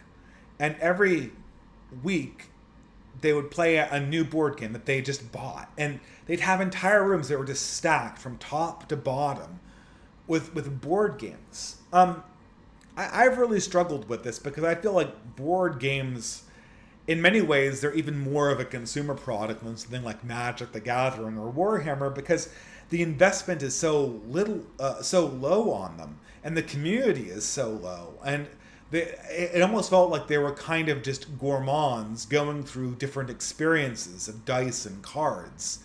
And talking about the best one in the abstract. What was ultimately the point of having this huge wall of board games that you had played once and then discarded and went on to the next board game? What was it ultimately leading towards? For the same reason, and I don't really have a very well-developed thesis on this particular topic. It's something that I struggle with. I mentioned Dixit here. This is a game that I still own. I don't play it as much anymore, but when we were in college, Dixit became a popular game to the point where people made their own cards, and that actually was an even better way to play the game. So basically, Dixit is a card association game like Balderdash, where you're supposed to match a surrealist painting with an equally surrealist expression. And the cards have just surreal situations on them, and you're supposed to match them up as best you can. And the person who puts the quandary before you has to try to have a certain number of people get it and a certain number of people not get the right answer. And so making your own is way more fun. And that's kind of a creativity-inspiring game. The best experiences I've had with games have either been creativity-inspiring games or have been outright strategy games. People say that, for instance, sports can't be meaningful or aspirational because everything that sports does is essentially lost in the moment of the actual action. I do think that there is utility in board games insofar as, like debates, they communicate a clashing of the wills. And in that way, sort of really well-developed board games like chess or Go are more interesting because you're seeing two people struggle with each other on a game that both deeply understand. It's not like, oh, here, I just bought the new blah blah blah Carcassonne Catan blah blah blah blah Wingspan clone. Here, let's just shuffle through the cards and learn the rules and look at the art and then put it away and never play it again. The real utility I have had in board games is when both players know the game and sit down and play the game, and there's an element of competition there. Not simply sampling, not simply just engaging your creativity, like in something like Exquisite Corpse, but trying to win.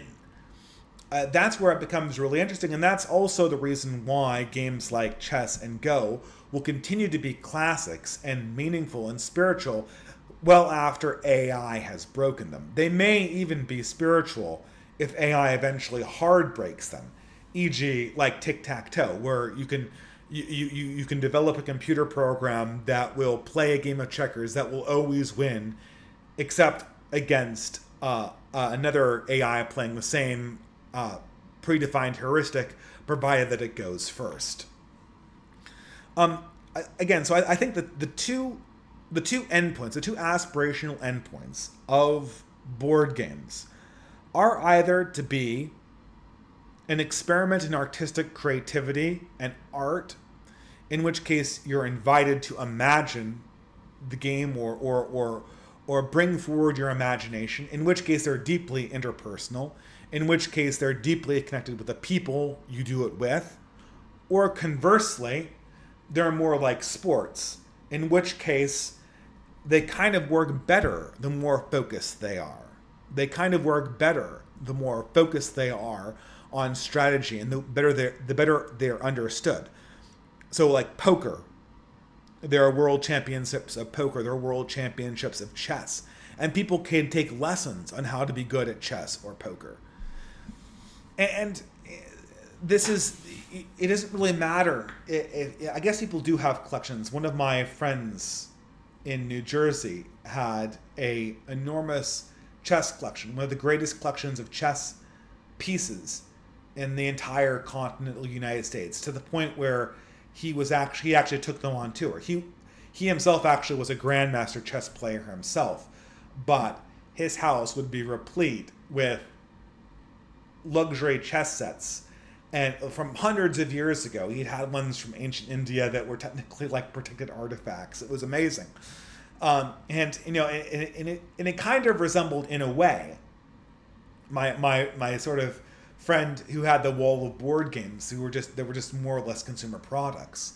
But I felt this person was a person who just deeply loved the game of chess, and that wanted to sort of spread the art of playing chess as an art form, as something that would help people kind of come to terms with the reality of being human, in the same way that sports does. The intellectual version of the clashes of will, that in which human moments are shown.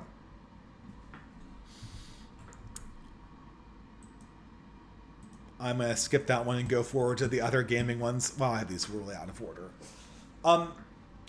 I think that something similar is to be said for things like wargaming. Wargaming, again, this is for the neophytes in the audience who've never seen a board game and a war game. Wargaming is a much more modern invention that was developed by H.G. Wells in the early 20th century, and as the story goes, he developed this game for a friend who had been essentially crippled in World War I and who was looking for a pastime, and he got the idea of creating a board game that was a historical recreation of the Napoleonic Wars. And so he was the first person that did the grand scale tabletop simulation of the Napoleonic Wars. I think oftentimes people misunderstand war games in this sense, in that they're in many ways a combination of the sport and of the thing like stamp collecting. They're designed, again, for many, war games are the ultimate consumer product. They'll just buy packages and packages of minis so that they can have the novelty of opening up and having the new shiny toy. They're literally toys for adults. But again, I have seen this done well, and it's going to be like this for, I think the next one's Magic the Gathering too. I mean, I'll say this for both in one, right? Either a Magic the Gathering or war games. I've known people who I've seen do this, and that is a very respectable hobby, where they have a collection of historical war games, and they first of all, they're very, very willing to get people to play and to learn about the experience, and they use the experience as a way to sort of commune with the past. Obviously, arguably, you could say that this is just retroactively trying to justify what is ordinarily a sort of juvenile pastime.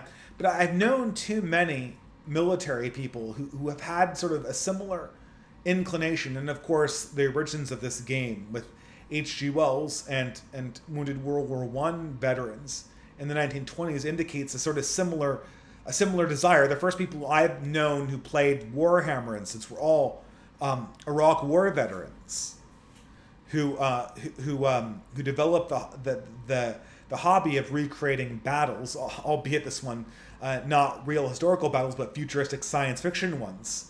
After they got back from Iraq and Afghanistan, it's huge in those communities. There's even an article called "Space Marines That Love Space Marines." But it was very much the same impetus that I found inside the old historical war gamers that I knew as a child, that were really passionate about recreating the campaigns of Caesar or recreating the campaigns of Napoleon, and participating in this recreation as a means, in many ways, of celebrating martial virtue. Is it as productive as playing the violin or making a great painting or aspiring to be a mechanic? Probably not. But I noticed something that is generative in that, a passion that's similar to the passion that exists in the historian, and that is designed to recapture some element of humanity in the same way that sports does, except in this way it's kind of more subtle, right? In sports, you're recreating war, the physicality of war, the clashing of wills as it actually exists in blood, sweat, mud, and muscle.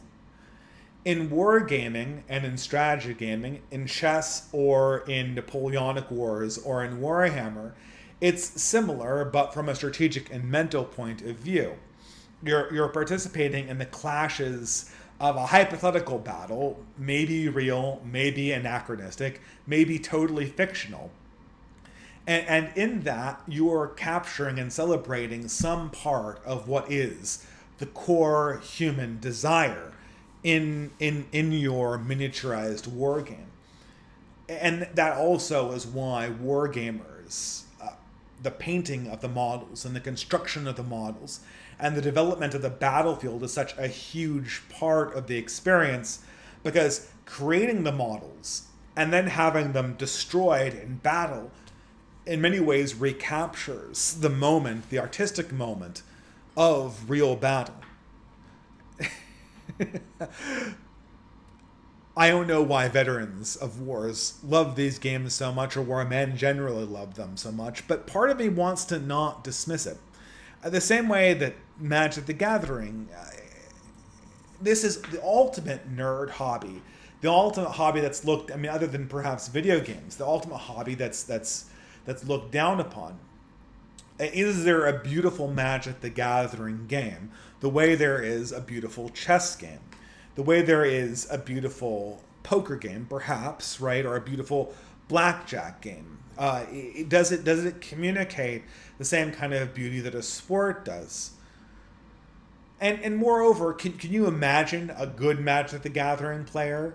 This is always a struggle. You imagine your typical Magic the Gathering player. You imagine someone who's autistic, a bad sport, thinks that the cards themselves have fetishistic qualities to them, because they literally are consumer products.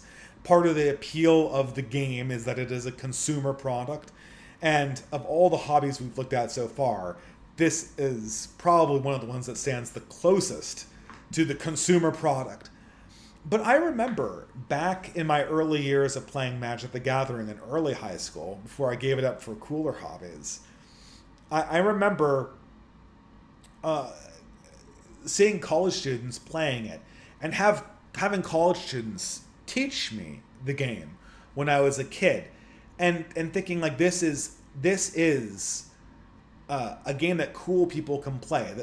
They want people to play this game and enjoy the game with them as adults. They're not insular and autistic. And I always remember one person who used to play. I was really young back then, but he used to play in this sort of seedy California coffee joint in the back room. He'd always be playing Magic the Gathering with friends, and he'd always like offer a deck up to anyone who wanted to play. His idea was that he's kind of a hippie. I mean, he's kind of a hippie with sunglasses and kind of an unwashed coat. But his idea was like anyone should just be able to come in, pick up a deck, and participate in this game that I love called Magic the Gathering. To him, it was not a consumer project. To him, it was a collective project, a collective experience of war in the same way that wargaming was for the people I knew who wanted to recreate the Battle of Waterloo on the tabletop. And I deeply respect that. I think the problem with Magic the Gathering, again, is that it's owned by a corporation.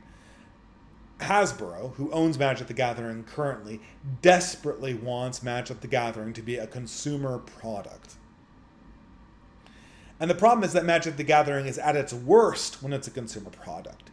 It's at its best when it is a deep board game that is played by a friend group that knows each other for other reasons, and for which this is their simulated contest of wills, like chess.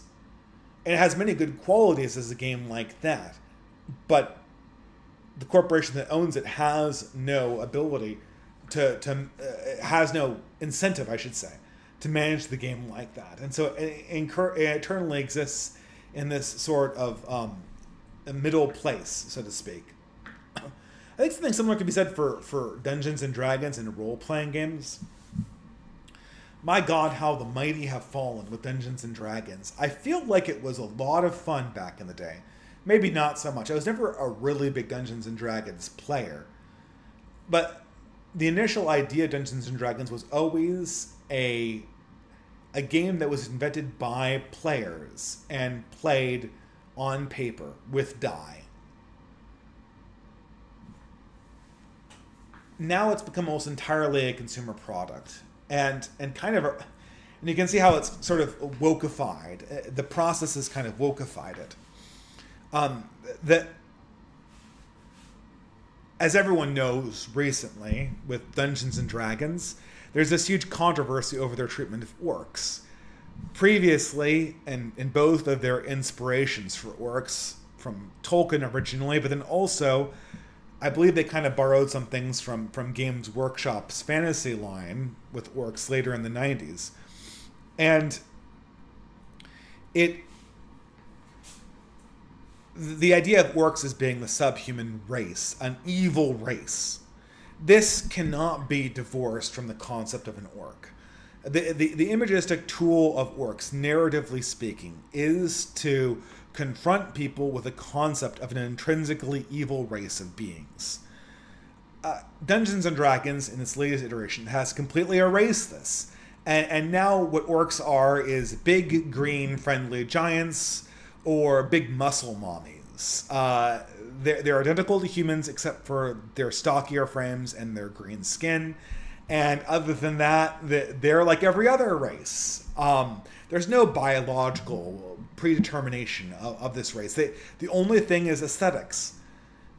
I guess I'm sort of offended by that in sort of a narrative, from the perspective of the fact that it is a narrative impoverishment of the conception of fantasy. But the bigger problem is just why Dungeons and Dragons has the power to do this at all. Dungeons and Dragons should be entirely created by the people who are playing the game. There was something called the Old School Renaissance that tried to recapture this feeling. and try to go back to the original product. I guess there's the additional problem with Dungeons and Dragons in that it's hard to tell really what Dungeons and Dragons is supposed to be.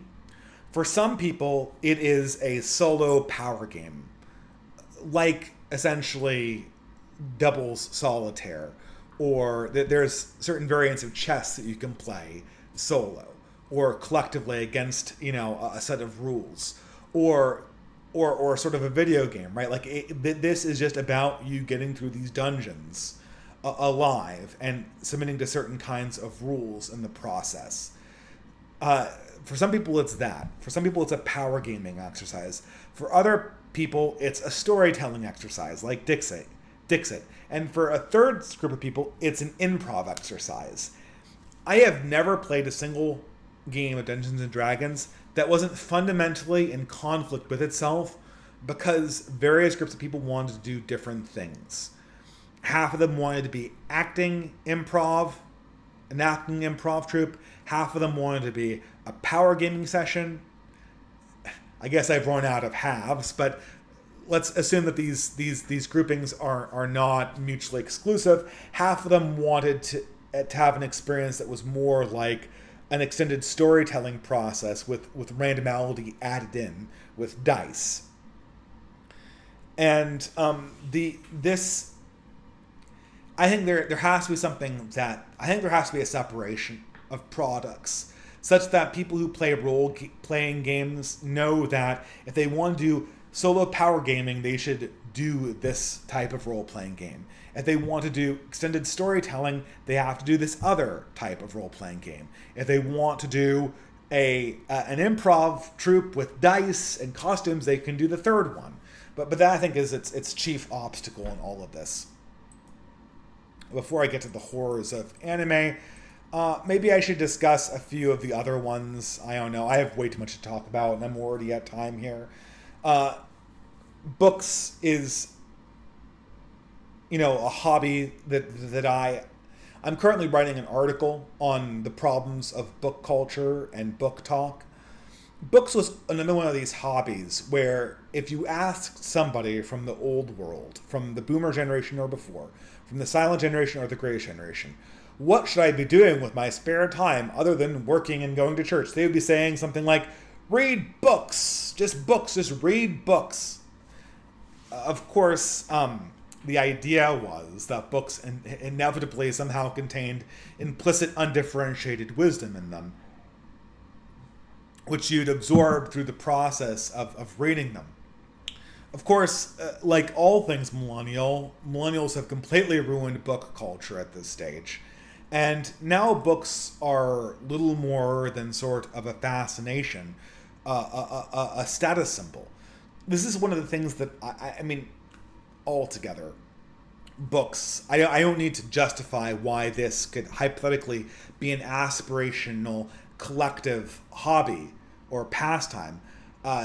Books have been the chief way of communicating spiritual truth collectively between humans for the last 3,000 years.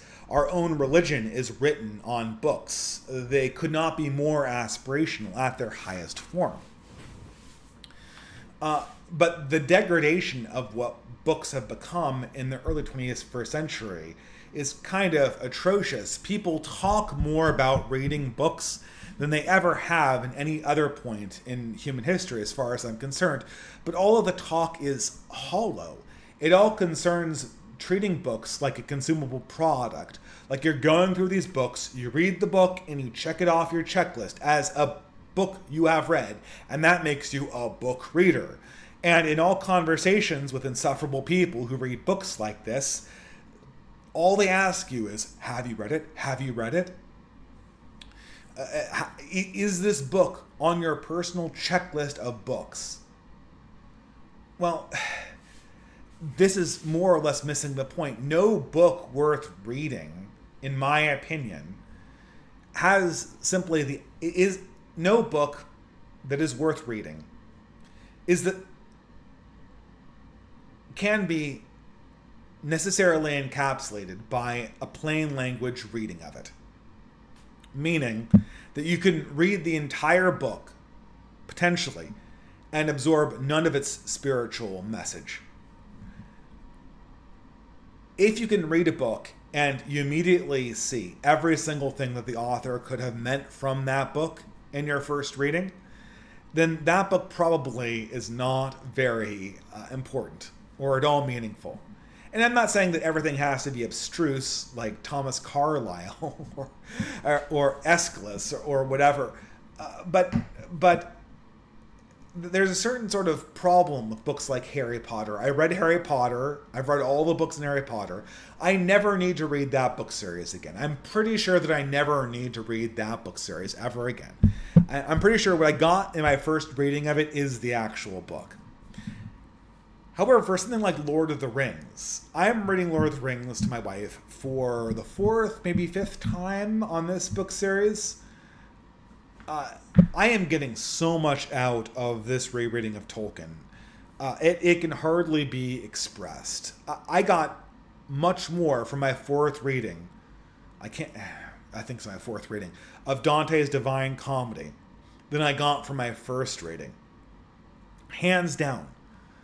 So much is unlocked in between the lines. And that is what books should be. But now, from the culture of TikTok, the ultimate reign of anti-literacy has taken hold. And it's gotten to the point where I hate book culture with a passion. I hate people who love books. Even though books in the abstract should be among the greatest hobbies humans have to offer. I guess something similar could be said about movies. A very similar thing. They used to be such a portal to the ethereal. And now they're just a medium for propaganda. Some of this thing is sort of political to a certain extent. The culture war prevents books from being meaningful, prevents us from grasping at higher truths. But it's gone to the point where I hate the experience of going to see movies. And, I recently saw a movie with my in-laws, Alien Romulus, which... again, it's kind of an amazingly bad. I mean, it's kind of funny, and that Alien Romulus is designed to not be hated by YouTube movie reviewers. There is nothing wrong with the movie. The movie has perfect beat storytelling. It has somewhat sympathetic characters. It has actually pretty good jump scares. There are no plot holes in it. The scenes are well designed. It is 100%, though, a rerun, and it absolutely has nothing to say. The only thing that it has to say, like the Barbie movie, is the thing that it accidentally says, which is that, the theme of Alien Romulus seems to be that phony altruism for objects that are not deserving recipients of altruism will get every single person killed. That seems to be the implicit message of Alien Romulus, if you were to read in between the lines and take the author's mistakes as its actual message. But I know that the authors, the auteurs, the film directors of Alien Romulus did not want that to be their message. So I know that this is something that I just inferred from it accidentally, and through the process of the death of the author. And even if that was the point, it still is not a particularly good text to communicate that message. So it becomes this kind of like meaningless consumer product where I'm grabbing the next Alien movie off the shelf, and this is my new little consumer bobblehead. Now we have Alien Romulus Funko Pop, which goes right next to Prometheus, the Funko Pop, which goes right next to Alien, the Funko Pop. And it's this big, long line of consumer products. I don't want to spoil Alien Romulus, but I see someone in the chat has the right idea. There's a character that people keep on sacrificing their lives to protect that is obviously not a proper subject of human altruism. And it feels like they're failing a giant Turing test, to be quite honest. I should say this: the diverse casting choices of the directors of Alien Romulus give this phony altruism an additionally non-PC flavor, which is really funny to me.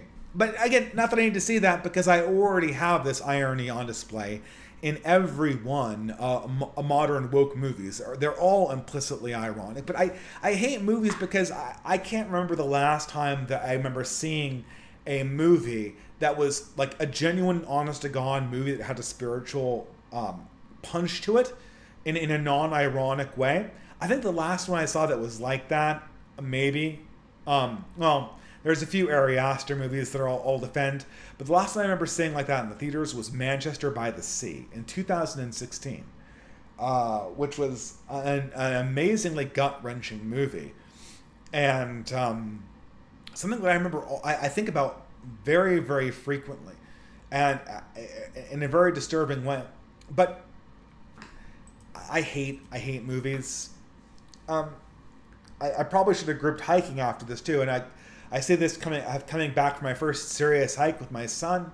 One of the great pastimes, the communion of nature, hiking, fishing, hunting, to a much lesser extent, bird watching, which I always think is humorous. Bird watching, I always remember, I'd never been a bird watcher myself, but I always remember it because it was the example of the cucked hobby that Wendell Berry used for his seminal book, Love in the Ruins.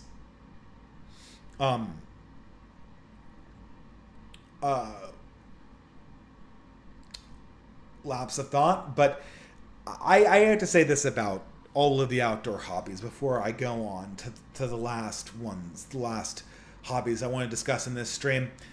The outdoor hobbies are apart from sports in that, whereas sports and chess and gaming are man's and debate, the hobbies are supposed to grasp at beauty, truth, and goodness through man's struggle against man.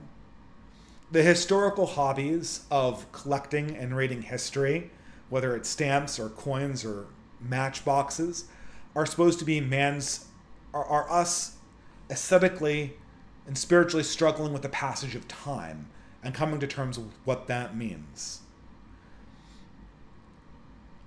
And of course, reading is sort of a spiritual activity in itself, because in many ways we're directly coming in contact with a spiritual message that we're trying to internalize directly through the text. The last category of outdoor activities is man's struggle with nature, with the unregulated, with sort of the brutality and the beauty of the natural world. This is something that I've kind of struggled with, that I really... did I say Wendell Berry? I'm sorry, guys. I said Walker. I should have said Walker Percy. I get Wendell Berry and Walker Percy. Walker Percy wrote Love in the Ruins. Walker Percy was the person who discovered the manuscript of Confederacy of Dunces from O'Toole's mother. I'm sorry, Wendell Berry was a modern living poet who also does sort of Southern Gothic, American regionalist poems. I think his most famous poem was The Peace of Wild Things. And I constantly get these two authors' names mixed up. It's been a long day. Thank you very much, Owen Zelensky, for that correction. I would have been kicking myself if I had made that in the future without the correction. So thank you. I really appreciate my chat. But back on to the topic. I think that anybody who does not regularly commune with the outdoors, either through hiking or fishing or some kind of naturalism, is cheating themselves out of a key element of human existence. I think that is essential in a way that just working out does not communicate to the human mind. And I guess to a certain extent, modern life being what it is, some people will just never be outdoors people. Some people will have lives that are completely interior existences. But I kind of don't like the culture of biking and hiking and fishing, the kind of REI culture. Um, okay, another correction. I kind of do not like the hiking, biking, and fishing culture that's emerged in the modern millennial generation. To me, there always seems like there's a certain amount of virtue signaling, and not really trying to appreciate nature for what it is, and trying to make that something you share with people. The sign of a bad hobby is always something that people hold over you rather than try to share with you.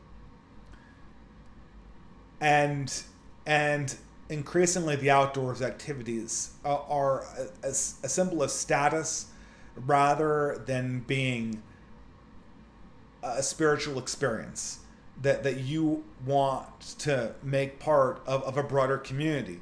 They're sort of, oh, I am an outdoorsman, therefore I am a part of the ruling managerial class, and I'm better than you.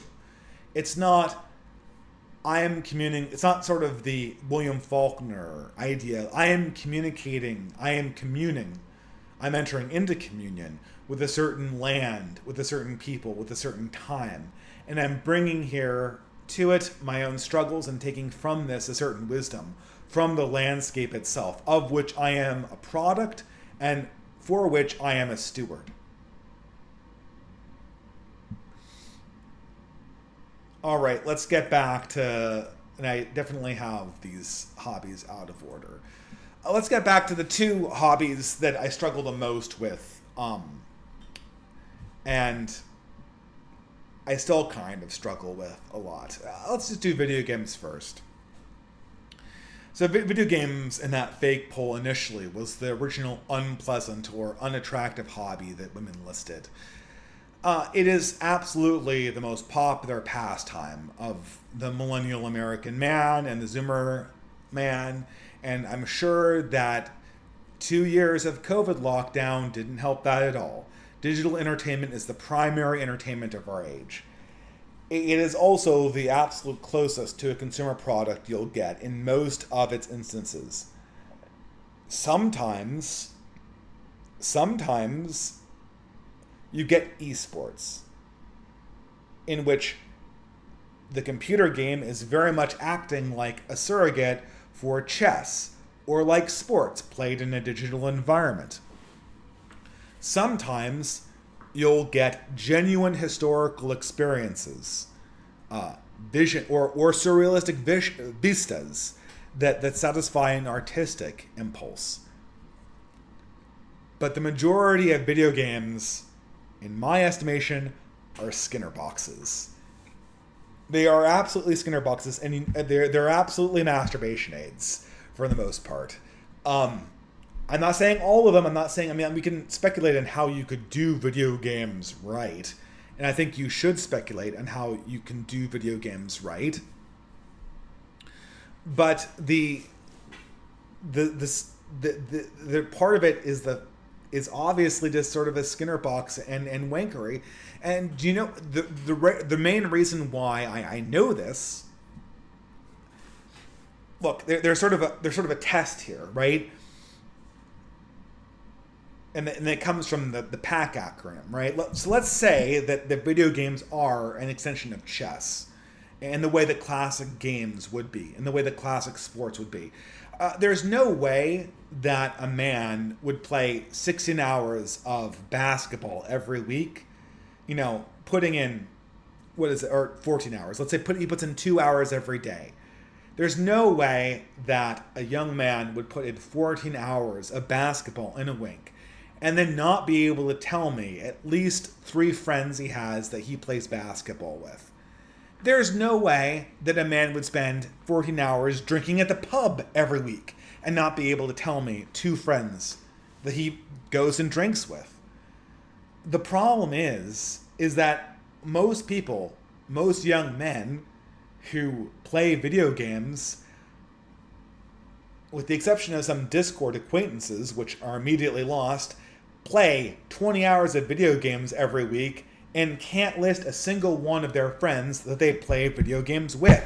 How is that possible? Maybe Discord partially fixes this problem, but the problem is that Discord is entirely unembodied. So unless you're going to conventions, of which they exist for video games like Dota or E3, or I'm sure there's one for World of Warcraft or for StarCraft, at least in Korea, there is no actual connection to this sport that would actually make it collective. And for that reason, the aspirational quality of the video game is just not present for 90% of them. I guess you could fix this by playing video games only with certain people that you know in real life. That would be actually a challenge. Is for a year only ever play video games if a friend is watching you play video games. If you're playing with a friend, like you see in this picture, like you're both playing, I don't know, Madden football, whatever year you prefer, right? Or if you're only playing in a Discord server or team chat with one person that you actually know in real life. If your video game habits were completely consigned to only playing when you were within a conversational distance, either over the phone or in real life, with somebody who you knew in real life, how many video games would you play? As a matter of fact, if you're trying to overcome a video game addiction, this might be the perfect way to time limit it appropriately. Only play the video game when you're playing it with somebody else that you know in real life. That's pretty tough. Or have a hard time limit on the amount of solo playing that you can do. And maybe give yourself an exception for some solo playing game like Skyrim. That's an artistic experience. Those shouldn't come along very frequently at all. But I think that's essentially how we would have to start thinking about video games as something that you played with people and for a particular purpose. Because if a video game is just an autonomous entertainment product, then it's eventually going to be turned into a Skinner box, which is to say it's essentially going to be an element of virtual wankery. And there's an almost identical problem with anime. And this is the main problem I have. With high school, there are people. I was a person who did stuff, as you might have told from this talk. You might have been able to tell from this talk. There are people who were doing, complete collapse of the conversation there. Throughout high school, I had friends who were jocks, who were sportsmen, and who were also nerds, and who were also video gamers, and who were also anime people. I had contacts everywhere, and, I probably didn't focus as much as I should have, but that was just me. But this gave me kind of an interesting cross-section between hobbies that I thought were degenerate and that I thought were wholesome. And I say this a million times, but the people who were into NFL football and Eminem and mindless rap, 20 years later, almost 20 years later, all have kind of middle-of-the-road family lives. And there are a few burnouts here and there, right? But they're, for the most part, on track to kind of the middle American existence. The people who were into anime 20 years down the line, most of them have stopped being into anime. Or if they're still into it, they've fallen into a lot of these traps. Not the least one, which has been the whole LGBTQ and transgenderism trap. Or, failing that, just becoming a sort of insufferable leftist. There is something that is deeply wrong with this genre of anime. And it has something to do with the fact that you can obviously do anime right. There are the Cowboy Bebops, there are the Evangelions, there are the Miyazaki, the Studio Ghibli collection writ large. There's Blackjack and Astro Boy and Kimbo the White Lion and all this classic anime stuff that we know and love. And you know, it's great. It's good. It's good filmmaking. It is. They are good, mostly not great with a few exception movies that are more or less innocuous. That does not explain anime culture, and the kind of weird kind of obsession with anime women that you see everywhere inside anime culture, including on the right wing, oddly enough. And that indicates that whatever is going on in anime is very much being kind of attracted, is kind of being caught up in the singularity of coom culture, of masturbatory pornography. And it's not really easy to see why.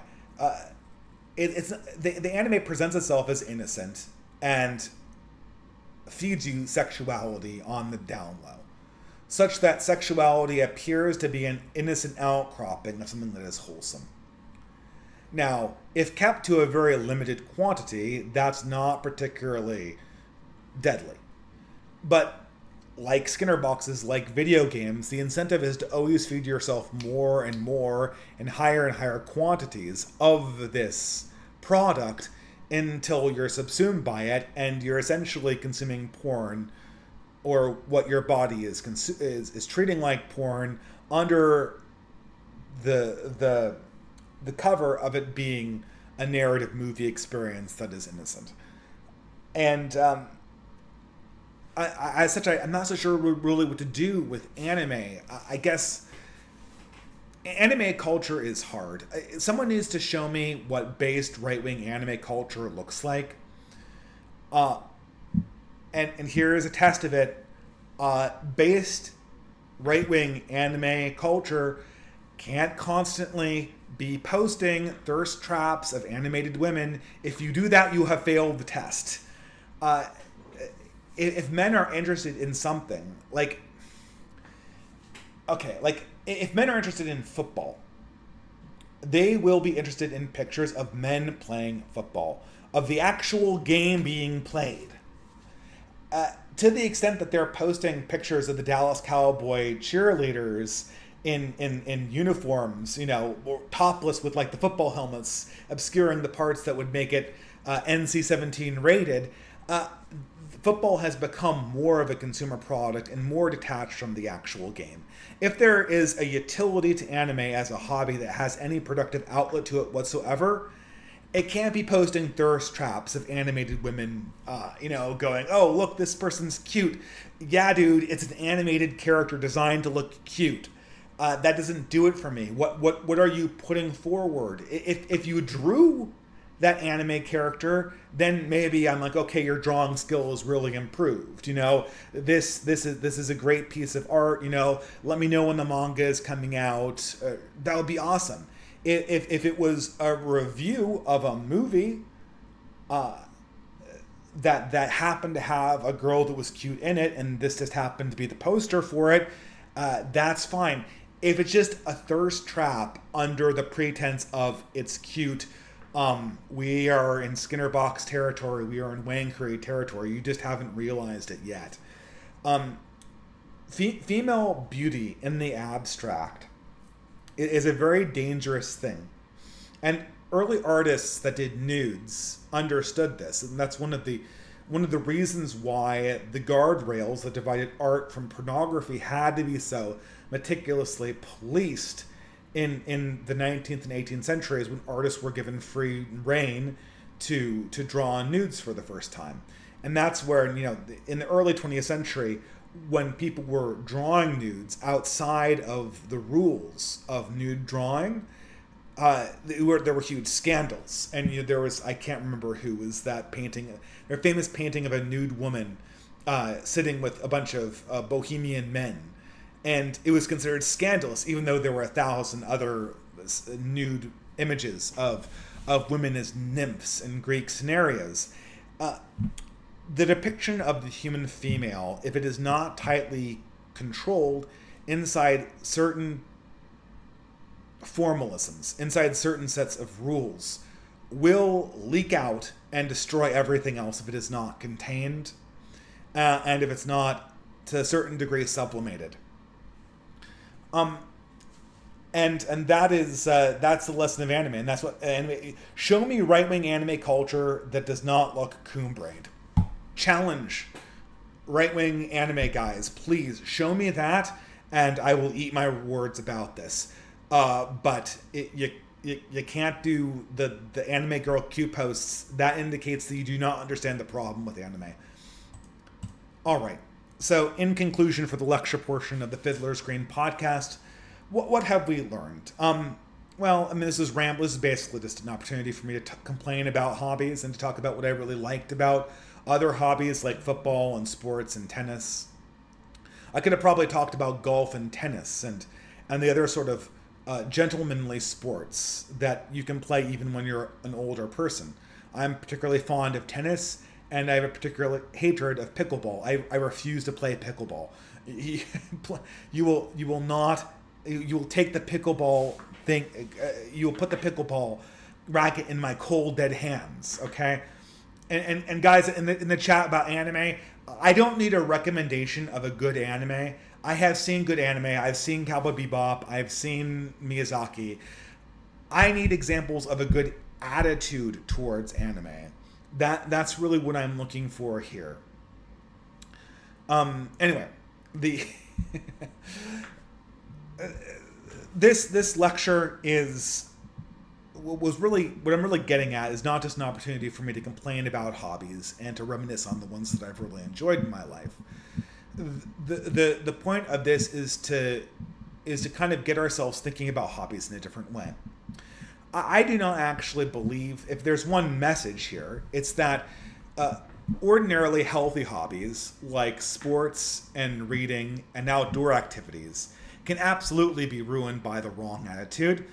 I also believe at the same time that hobbies that have a very degenerate fan base, like collectible card games or wargaming or video games or, God help us, even anime, those hobbies might be redeemed with the right attitudes. And the right attitudes always have to be building productively, looking aspirationally to make sure that what is good and what is above this particular activity is put primary, and the stuff that is self-gratifying is put as a secondary consideration. They have to be collective, they have to be shared. You can't have a hobby like hiking just so you can scoff and spit upon all the people who you think are your class inferiors. And they have to be proportionate to what's actually good in life and what's actually necessary in life, which for most people are lots of actions that we don't choose. We don't choose. Most of our time in our days are spent taking care of people and working jobs that are simply for our collective survival and the survival of our families, that are not just pastimes. I think that with the right attitude, anything can be redeemed, even hobbies that I think are highly suspect, like anime. And this Labor Day, of what remains of it, again, I did my leisure activity before I got on this stream, hence why I was so tired. This Labor Day, I think we should all be thinking of that. So guys, this was the end of this lecture. I'm going to go on intermission, and in the meantime, feel free to toss me a super chat, and I'll answer the entropy chats when I get back from the break.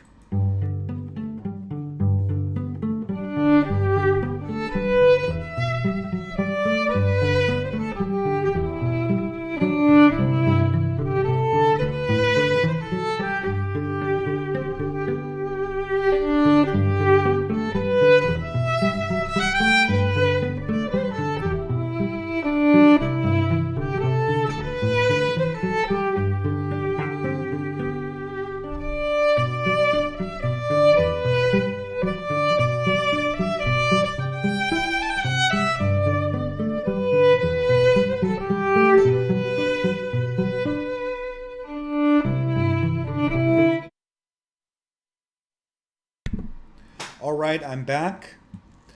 Let's see how many entropy chats there are. Okay. All right, well, I'm going to be answering questions for a while, so feel free to drop any entropy super chats and I'll read them. I want this to be a casual stream where we converse and not to be like a big intense political lecture like it was last time. But, and especially since I had all those false starts, I was a little bit embarrassed by that. But one day I will get my actual PC out of storage and fix all these problems. So let's go. Hopefully I've fixed at least the ability to pin comments on OBS. Ben White for $3 USA. Some time ago, you or someone else in this sphere said that culture and morality is downstream from the law. Can you explain how that works and provide an example? Yeah, so I think this is something that I've actually disagreed with. I mean, I believe that there's essentially nothing downstream from belief because all law is made from belief. And when people say, but it's getting at a kernel of truth here. When people say that culture and morality are downstream from law, what they mean is that the culture and morality of the ordinary person, of the people who the everyday. Let me adjust this here. What they mean is that the culture and the. Probably should adjust this first. All right. Okay, so I believe fundamentally that there is nothing ultimately that is downstream from belief. All laws are built on a belief about the aesthetic good that are held by elites.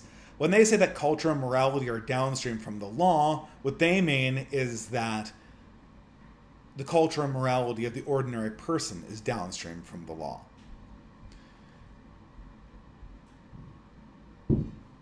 A little pumping. So, to give you an example, a common phrase inside legal jurisprudence is that the law teaches. The law exists in its application not only to be an enforcement mechanism to keep society running, but also to teach people what is good and bad in their lives. It's to encourage the appropriate sentiments and appropriate actions, and also to inculcate inside people's minds the right values. So to give a more pertinent and mainstream example, an idea of the law teaching a value, the idea of a law teaching a value would be the value of diversity. Now, the value of diversity, if you talk about diversity in the context of America, you're going to discover that diversity is not particularly. There's no philosopher that propounded on the virtues of diversity. There is no great legal treatise that outlines why we should be a diverse society. Diversity is a value because the legal imposition of the United States government forced people to be diverse. They essentially forced a certain amount of de facto integration. And because all of the institutions responding to this law decided to become diverse, this eventually became perceived as an actual moral imperative.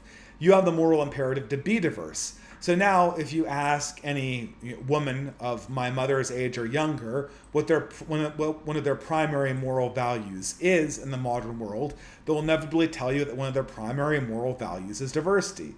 They didn't read that in a book. They didn't receive that from their Bible. They didn't even receive that from their parents. They received that because the law created institutions of equal opportunity that required corporations to have HR departments, which taught them that diversity was our greatest strength. And so that propagandistic notion was essentially disseminated them through the mechanism of the law. Now, behind the law, behind that law of equal opportunity, behind the law of integration, behind the law that is the 1964 Civil Rights Act, there is a belief that our elites possessed that they got from the end of World War I. And the belief of the American and British elites after World War I was that if all nations mixed together, there would be no more war. Therefore, it was imperative upon Western peoples in particular to pursue a campaign of global racial integration, such that we could lead the way for permanently ending war.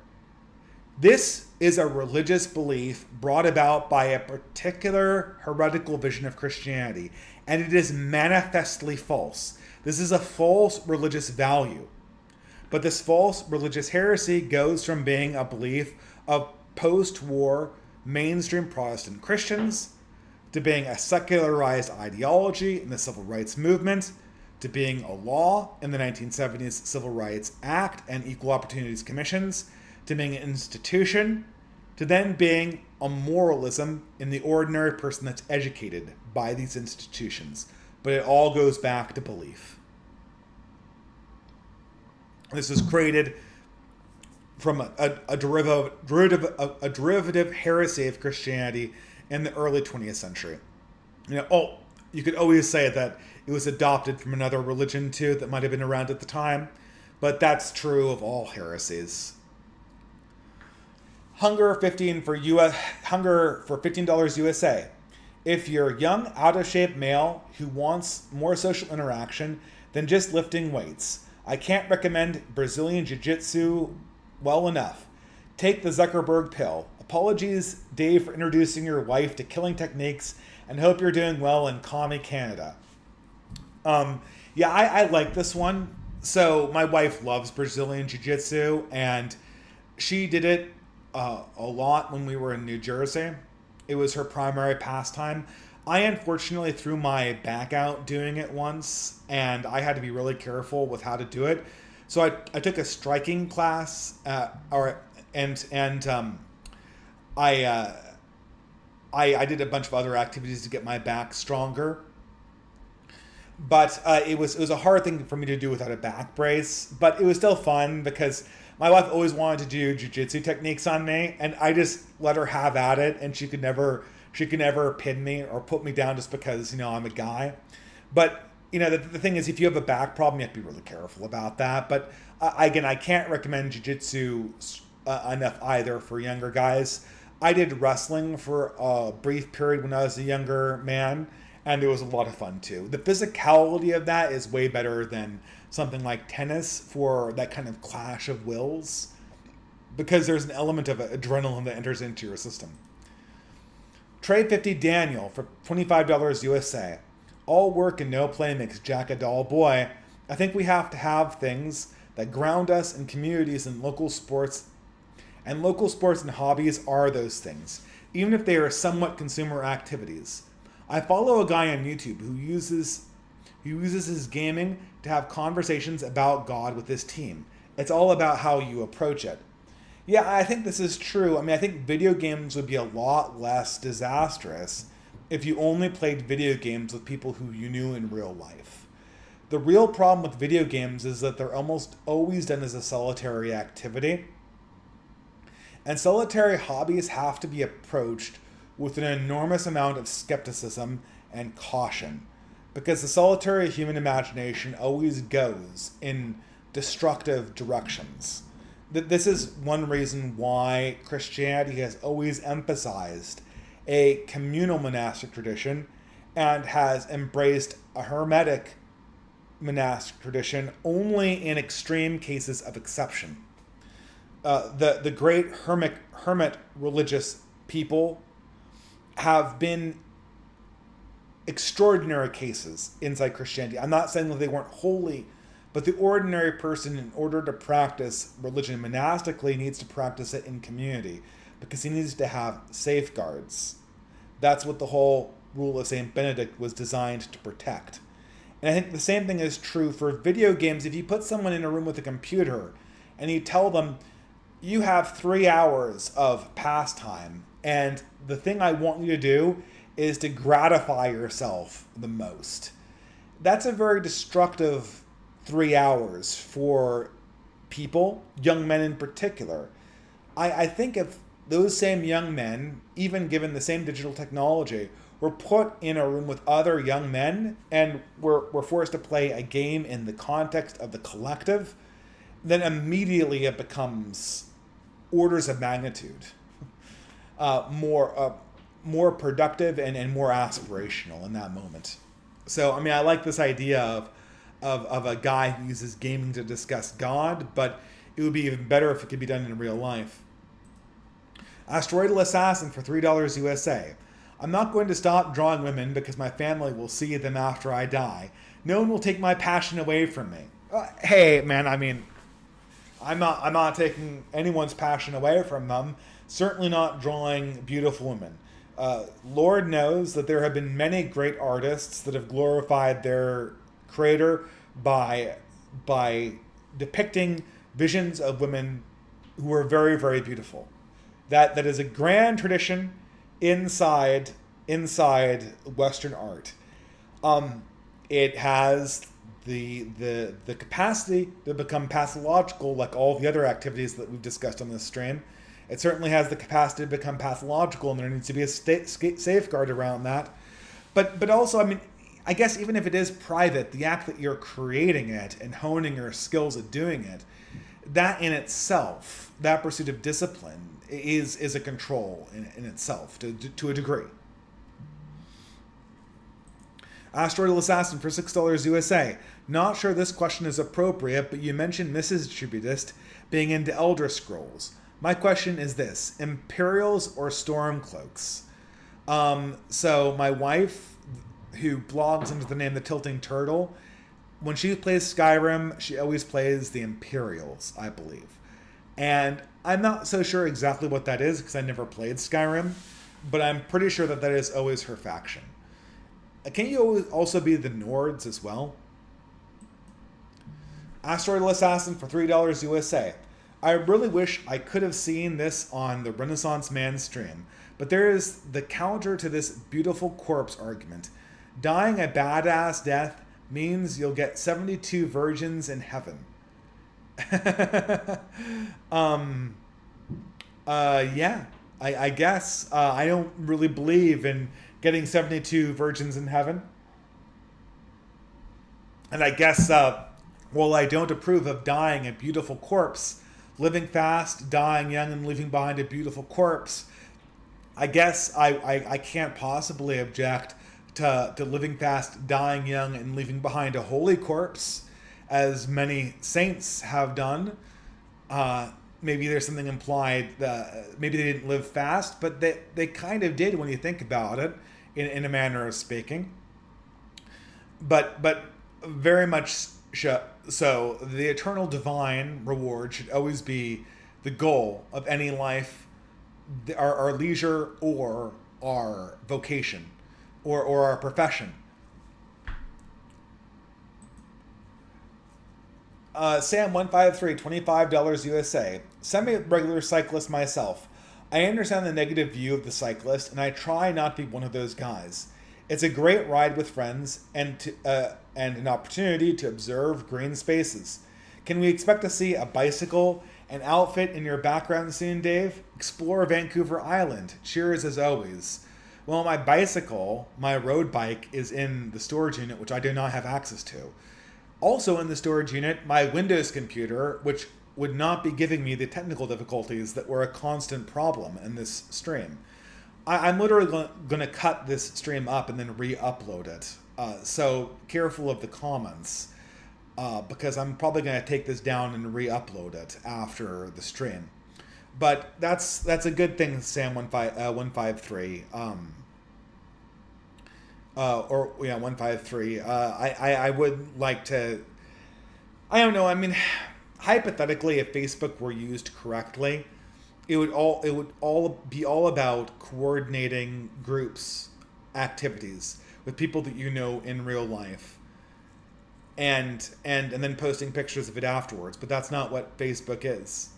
Facebook is now, as far as I can figure, it's just wall-to-wall AI slop and clickbait. Grimjack AVP for $10 USA. Hi Dave, fellow Californian expat here. I play a lot of competitive Magic the Gathering, and I think your point about the fleeting moments in sports explains why I like high-stake games so much. The moment when you've committed to a line and have to see if it will win or not. Yeah, I love that too. Yeah, my personal favorite game of this variety is Android Netrunner, and it was all about that high stake moment.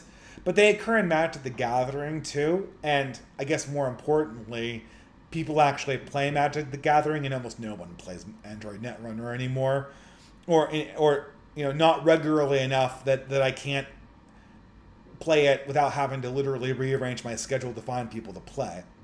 A lot of the problems I have with Magic the Gathering is the fact that it's owned by a particular company called Hasbro that uses it for financial gain and who has every incentive to make it a consumer product rather than an actual game. My best solution to this is the format known as Pauper, which is just a wonderful little format of Magic. It's cheap, people will give you decks for free, and it allows for endless homebrewing. It's just an absolutely delightful way to play the game. But it's my personal way to play competitive Magic the Gathering, and Magic isn't fun unless it's competitive to a certain degree. You need to want to win. It's just like poker. Poker has to have monetary value on the table, and I don't really approve of gambling, but I do approve of good card playing. And there's just no way you can play poker or blackjack without some money on the table. And I don't want people to get addicted or to lose their fortunes to this or anything. But at some point you need to ante up, like that P.A.C.T song, right? You need to ante up, and the Magic the Gathering is true the same way. You need to ante up and get into the game with your financials. All right, Nerve AMV Maker for $10 USA. When I was growing up, adults praised the kids reading Harry Potter and criticized me and boys for playing video games. Funny thing is that those kids never grew out of their juvenile young adult tastes. They can't appreciate a Bergman film or a Gene Wolfe book. The gamers I knew all matured much better. Yeah, this is the story with anime and Eminem. Why did the Eminem fans all grow up and the anime fans all, in very major ways, not grow up? And this is an eternal question put before my mind and the mind of many other people. And it's an open question. It's an open question. I guess it kind of answers itself. Nerve AMV Maker, you answered it in this very super chat. I think getting praised for an activity is, I think in a lot of ways. In a lot of ways, you should kind of get shit. I mean, I'm an adult who plays nerdy card games and nerdy board games. I have to come to terms with that. But I kind of should get a little shit for it, I mean, this is something I say consistently to my wife. I mean, I have some tense relationships with my in-laws because I have more right-wing political beliefs. It doesn't come up very much, but it's a note of tension in the air, right? If I were in my idealized based reality, I think that there would be a little bit of tension in the air surrounding the fact that I enjoy playing nerdy games. And I think that I think that I can justify it. I think that I can say that this is a healthy element of my own personal life because I've taken steps to make sure that it has not become pathological. But I think that little tension is important. I think that you should feel a little bit ashamed of playing Magic the Gathering, not because I think that Magic the Gathering is shameful, but so that you don't start playing Magic the Gathering in a shameful way. And there are lots of people like Boogie2988 that for which Magic the Gathering is like a weird drug and not a competitive game like chess or a way to have a good evening with friends. I really do think that there are shameful ways of playing these games, and that little bit of disapprobation is a critical quality to make sure that you that you don't abuse it. And I believe that about a lot of things, and maybe I'm being impious here in saying that you can participate in vice a little bit as long as you regulate it. But maybe this is just the anti-Puritan Catholic in me. I believe that almost all human pastimes are a little bit like that.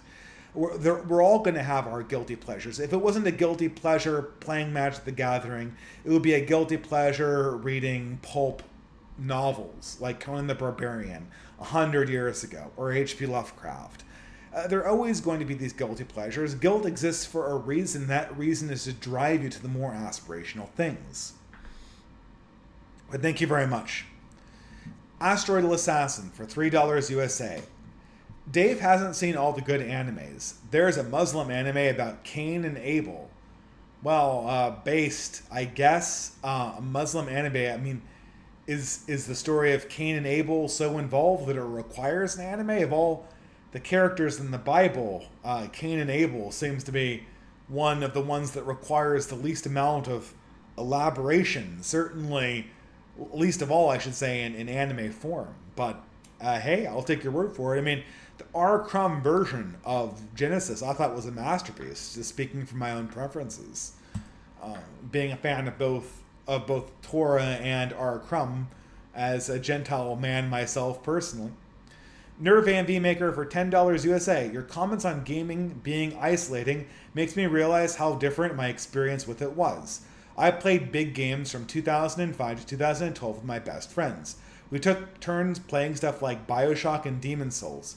It wasn't a solitary experience. My literature experience has been far more solitary. Well, I mean, reading is always solitary, but reading is based enough. Like, for instance, hiking is actually, I mean, if you can do it safely, it's actually really awesome to do solitary. I don't recommend doing hard hikes that way because the danger is astronomical of falling down and breaking your neck and then being eaten by coyotes. But doing moderate hikes in a solitary fashion is the height of spiritual health. And reading deep books in a solitary fashion is the height of spiritual self. It's the hobbies that are more sticky that you can't do in a solitary capacity, and video games is certainly one of them. I didn't mention this, but every millennial man will probably have more than a few fond memories of playing Halo with a bunch of friends and drinking one night. I mean, that's a really, really fun experience and a really collective experience, a really collegiate experience, if I may use that word. Owen Zaleski for $5 USA. Sorry for spamming your chat about Spy X Family, but it is a really good example of anime. Also, you said you hate movies, but I saw Wildcat 2024 about the author Flannery O'Connor. I highly recommend both. Okay, so yeah, first of all, I got your name right. It's Owen Zaleski, not Owen Zelensky. I think you got on my case for that. So I had to glance at the chat while I'm staring into the screen, so forgive me for misreading it without my glasses on. But you recommend the Wildcat movie about Flannery O'Connor. And you say, good night, God bless. Yes, I mean, I haven't heard of that, and I'm the world's biggest Flannery O'Connor fan, so that's kind of shocking to me. But I can't imagine a movie about Flannery O'Connor being bad. One of the great right-wing authors of the 20th century, and I do think we can call Flannery O'Connor a right-wing author. But truly one of the great ones. I don't hate movies. I hate what they've become. Alien Romulus is objectively a not bad movie, but it is also objectively a movie that has nothing to say.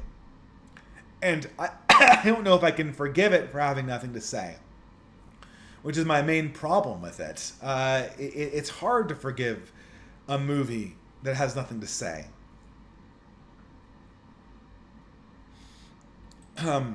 Okay, next one. Creeper Weirdo for $3 USA. Weird question, Dave. What do you think was the last great years of film?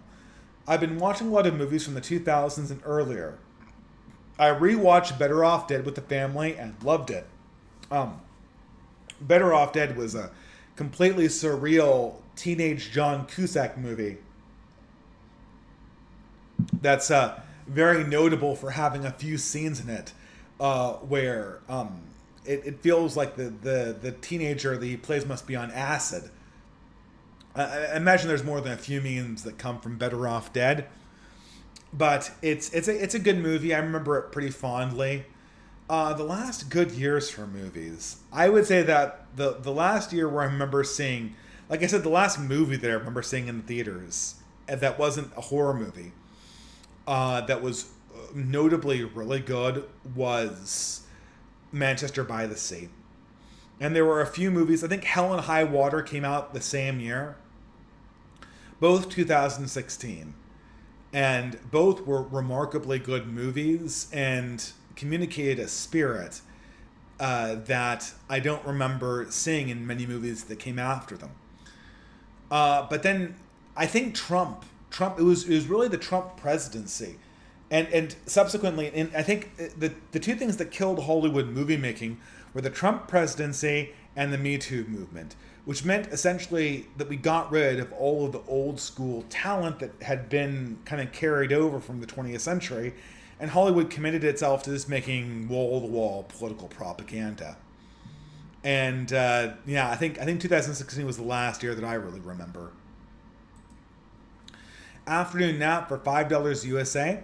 I know someone who's 38 and has no qualifications.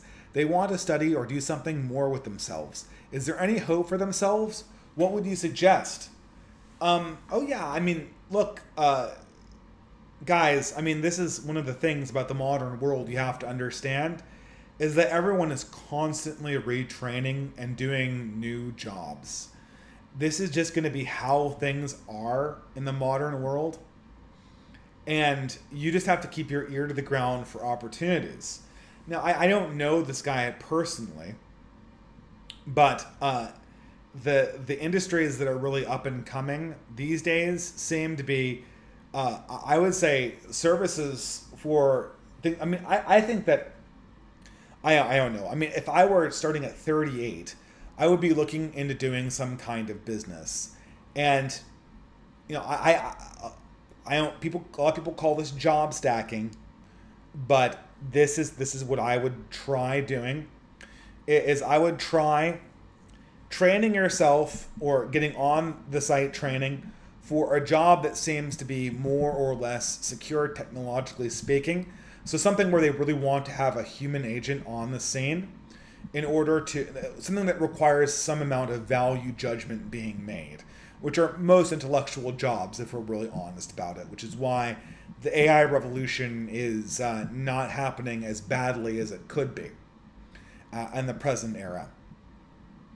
So you want something that has a dimension of human quality to it, and you want an on-the-job training.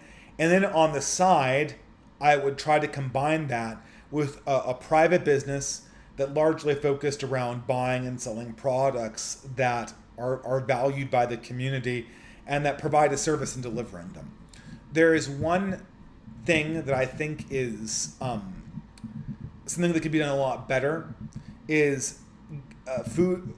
There might be opportunities in food and hospitality services, specifically for older people, giving them access to quality foods and quality cooking. There's a lot of money out there to people who can get elderly people who have limited mobility issues quality food that they couldn't get from DoorDash at an affordable price point. And if I were starting over at the age of 38, I might look in that direction. And given the fact that getting quality food generally is such a major modern problem, you might put yourself on the front line of a burgeoning industry when we eventually try to figure out how we can actually feed people in an affordable way under the conditions of modernity. Creeper Weirdo for $5 USA. I feel like watching older kids' movies can show us a lot about how things have changed. I rewatched Finding Nemo recently and it still resonates. I know I saw Finding Dory, but I remember it not resonating with me at all. What's with all the robots? Or is that reboots? What's with all the robots? I'm going to assume that means reboots. Oh boy, Creeper Weirdo, have I watched Finding Nemo?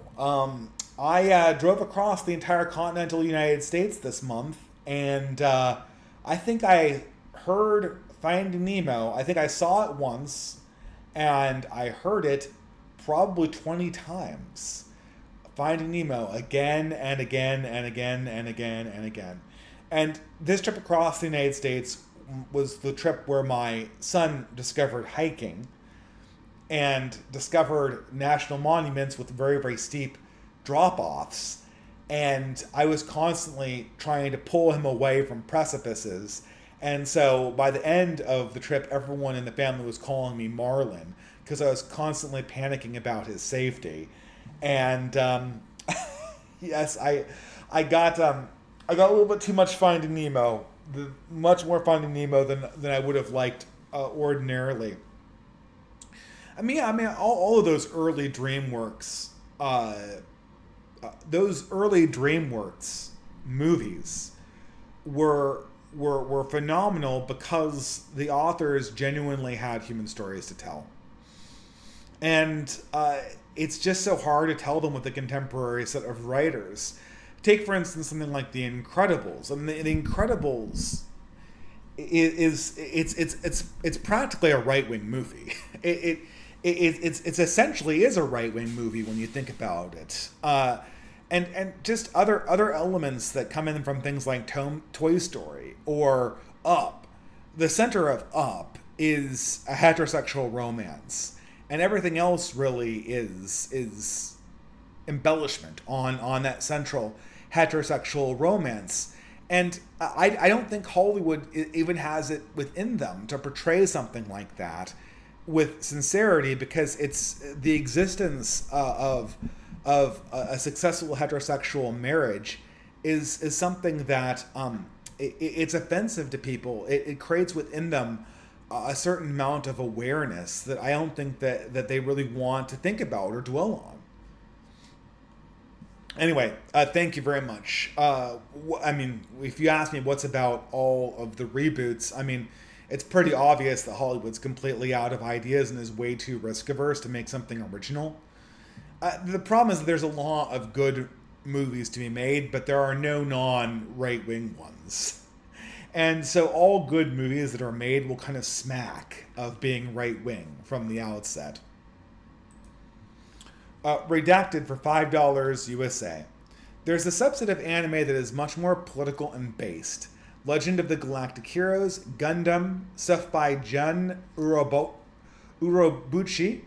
I would also suggest Ghost in the Shell. I've certainly seen that one. But I'm convinced Motoko Kusanagi is responsible for 1,000 troons. Yeah, this is the... it's a Ghost in the Shell. So another anime that I liked in high school was Ranma 1/2. So Ranma 1/2 literally was about a guy who turned into a girl when splashed with cold water, then back again when splashed with hot water.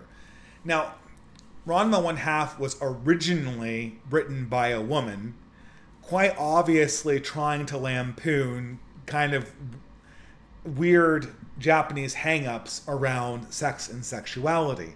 And inside a traditional culture, it's the same kind of gender-bending humor that you'd see in something like Some Like It Hot, the movie with Marilyn Monroe that was famously about two cross-dressing jazz musicians trying to escape the mob and trying to avoid being discovered. But the problem is the fandom of Ranma 1/2 took it in a weird direction, and the same thing is true with Ghost in the Shell. Ghost in the Shell is the understanding of what identity is in Ghost in the Shell is exactly what the trans movement believes is their identity. Like, your identity is the ghost, which has qualia to it, and your body is completely discardable and just an effervescent meat vessel for your spirit, which is the ghost. And even Motoko Kusanagi occupies male and female bodies interchangeably throughout her quests and mission. And the thing with Ghost in the Shell is the original Ghost in the Shell is supposed to be unsettling. You're not supposed to be like, oh, Motoko Kusanagi, I want to be like you, a completely alienated individual who's completely detached from their humanity and decides to surrender their humanity to an undescribable AI entity in order to be the next evolution. This is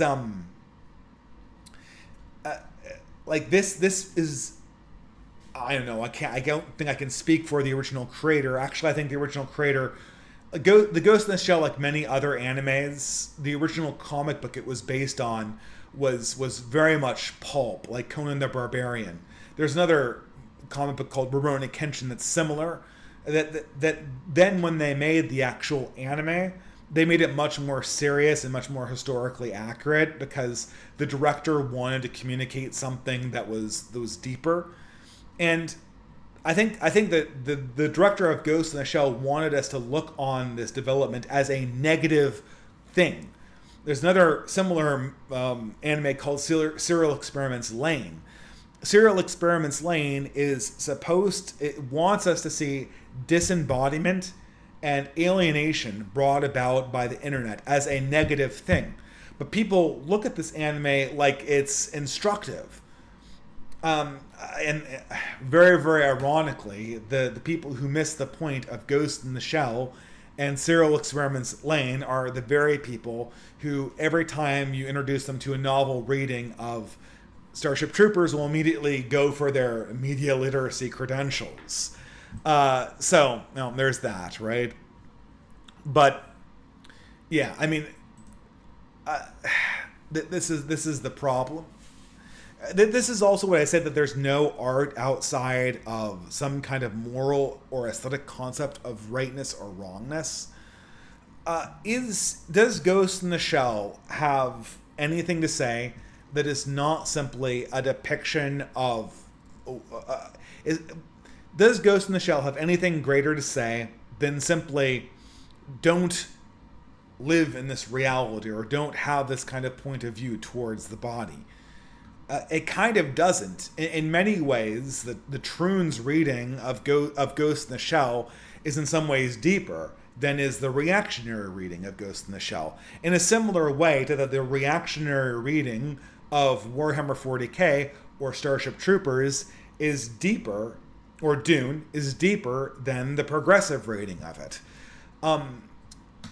I think oftentimes when you put these in a reactionary lens, they become more limited. The exception to that might be something like Neo Genesis Evangelion or Cowboy Bebop, both which have deep right-wing themes that are kind of covered up by the pulp implications. Mark Mixel for $5 USA. I saw a clip of Matt Damon recently saying one factor in the decline of Hollywood is risk. One factor in decline of Hollywood risk, I think you mean acceptance of risk, or one factor in the ascent of Hollywood risk aversion is lack of DVD sales. Now it almost has to be made back at the box office. A tall order for human-centered storytelling. Yeah, I mean, this is sort of the record problem. No one buys albums anymore. They just have streaming services. Streaming is the death of culture because it's undifferentiated culture slop. All it wants is for you to just click on the icon. It doesn't actually need you to make a buying decision, much less an owning decision. So, yes, the decline of DVD sales is definitely part of this story and an indispensable part of the story. Gavin Davis for $5 USA. I'm getting into fighting games that have I'm getting into fighting game that I have IRL friends that play it, and there are weekly in-person events pretty much everywhere. But it's very infamous for how leftist the scene is. Not uncommon to see players pronouns under their tags. Any advice? I don't really care. If it's competitive, then it is naturally a right-wing space. And as long as anything is competitive, there's a certain dimension of right-wing... I mean, for instance, I'll give you an example. My favorite board game, Android Netrunner, after it got canceled by Wizards of the Coast, and it was canceled by Wizards of the Coast, not Fantasy Flight Games, it was taken up by its fans, and it now has a new life as a different named board game. I lost contact with my play community, but I still like Android Netrunner, and I would still play it if I had the opportunity, even though the people who run that community are completely leftist, social justice, paused people who want to make all the characters trans in every scene. It doesn't matter. The beauty of the game and the competitiveness of the game is the point of playing the game. And I don't care if I have to stare at a trans character in order to play the game. The game is strong enough. Ultimately, though, it would be nice to have a fighting game that would be played inside a reactionary community. And one of the aspirations, I said this to people, it would be really great if basket weaving could adopt like a basket weaving wide board game. People have suggested Twilight of the Imperium. But if you could adopt some board game that everyone played, Carcassonne or something like that, such that people would actually care about being good at it, and it became a right-wing game, and the scene would be dominated by people who shared our values, that would be a huge step forward. That would be a huge step forward. And so, I don't know, man. I think that the community, if you have a competitive community, I think that you can just function in that community, and all communities that have a competitive dimension have a natural gravity in them that draws them towards right-wing ideas eventually. And I think there's an opportunity there, but you should keep your ear to the wind or nose to the wind, ear held high and your nose to the wind for opportunities to participate in games that are run by people who don't hate us. That would be optimal. Well, guys, that's the end of the stream. I'm going to read Psalm 34 and then call it a night. Thank you very much for listening to this. I apologize for the technical difficulties. This stream will go private after I finish publishing it, and then I'll upload it tonight as a VOD with the technical difficulties cut out. This is Psalm 34. I will extol the Lord at all times. His praise will always be on my lips. I will glory in the Lord. Let the afflicted hear and rejoice. Glory of the Lord is with me. Let us exalt his name together. I sought the Lord and he answered me. He delivered me from all my fears. Those who look to him are radiant. Their faces are never covered with shame. This poor man called and the Lord heard him. He saved him out of his troubles. The angel of the Lord encamps about those who fear him and delivers them. Taste and see that the Lord is good. Blessed is the one who takes refuge in him. Fear the Lord, you and his holy people, for those who feel him lack nothing. The lions may grow weak and hungry, but those who seek the Lord lack no good thing. Come, my children, listen to me. I will teach you the fear of the Lord. Whoever of you loves life and desires to see many good days, keep your tongue from evil and your lips from telling lies. Turn from evil and do good. Seek peace and pursue it. The eyes of the Lord are on the righteous, and his ears are attentive to their cry. But the face of the Lord is against those who do evil, to blot out their name from the earth. The righteous cry out, and the Lord hears them. He delivers them from all their troubles. The Lord is close to the brokenhearted, and saves them who are crushed in spirit. The righteous person may have many troubles, but the Lord delivers him from all. He protects his bones and will not have any of them broken. Evil will slay the wicked. The foes of the righteous will be condemned. The Lord will rescue his servants. No one who takes refuge in him will be condemned. Thank you. I got a last minute super chat, so I have to read this from Nervan VMaker, but then I'll bid you good night. Nervan VMaker for $5 USA says, speaking of media literacy, the creator of Fallout came out and said the games weren't about capitalism, but about war and the nature of man. Reddit had a total meltdown for like a week and rediscovered the death of the author. It was pretty funny. Oh yeah, I should have mentioned that. I mean, Fallout is a great example of something that is just naturally right-wing. War never changes is a right-wing sentiment. All of the lessons in the video game implicitly are right-wing lessons. Now, you can shoehorn a communist lesson into that because there's an evil corporation. But all of the implicit metaphysical lessons on Fallout are right-wing lessons. But you always love having Reddit, seeing Reddit melt down, and I certainly approve of that fun. So thank you very much, Nerve AMV Maker, and I hope you have a wonderful night. And to all my listeners, happy Labor Day, and I hope you have a great rest of the week. I'm hopefully going to be getting out some essays sooner rather than later, but if not, I will probably see you next week for a stream. Have a wonderful evening.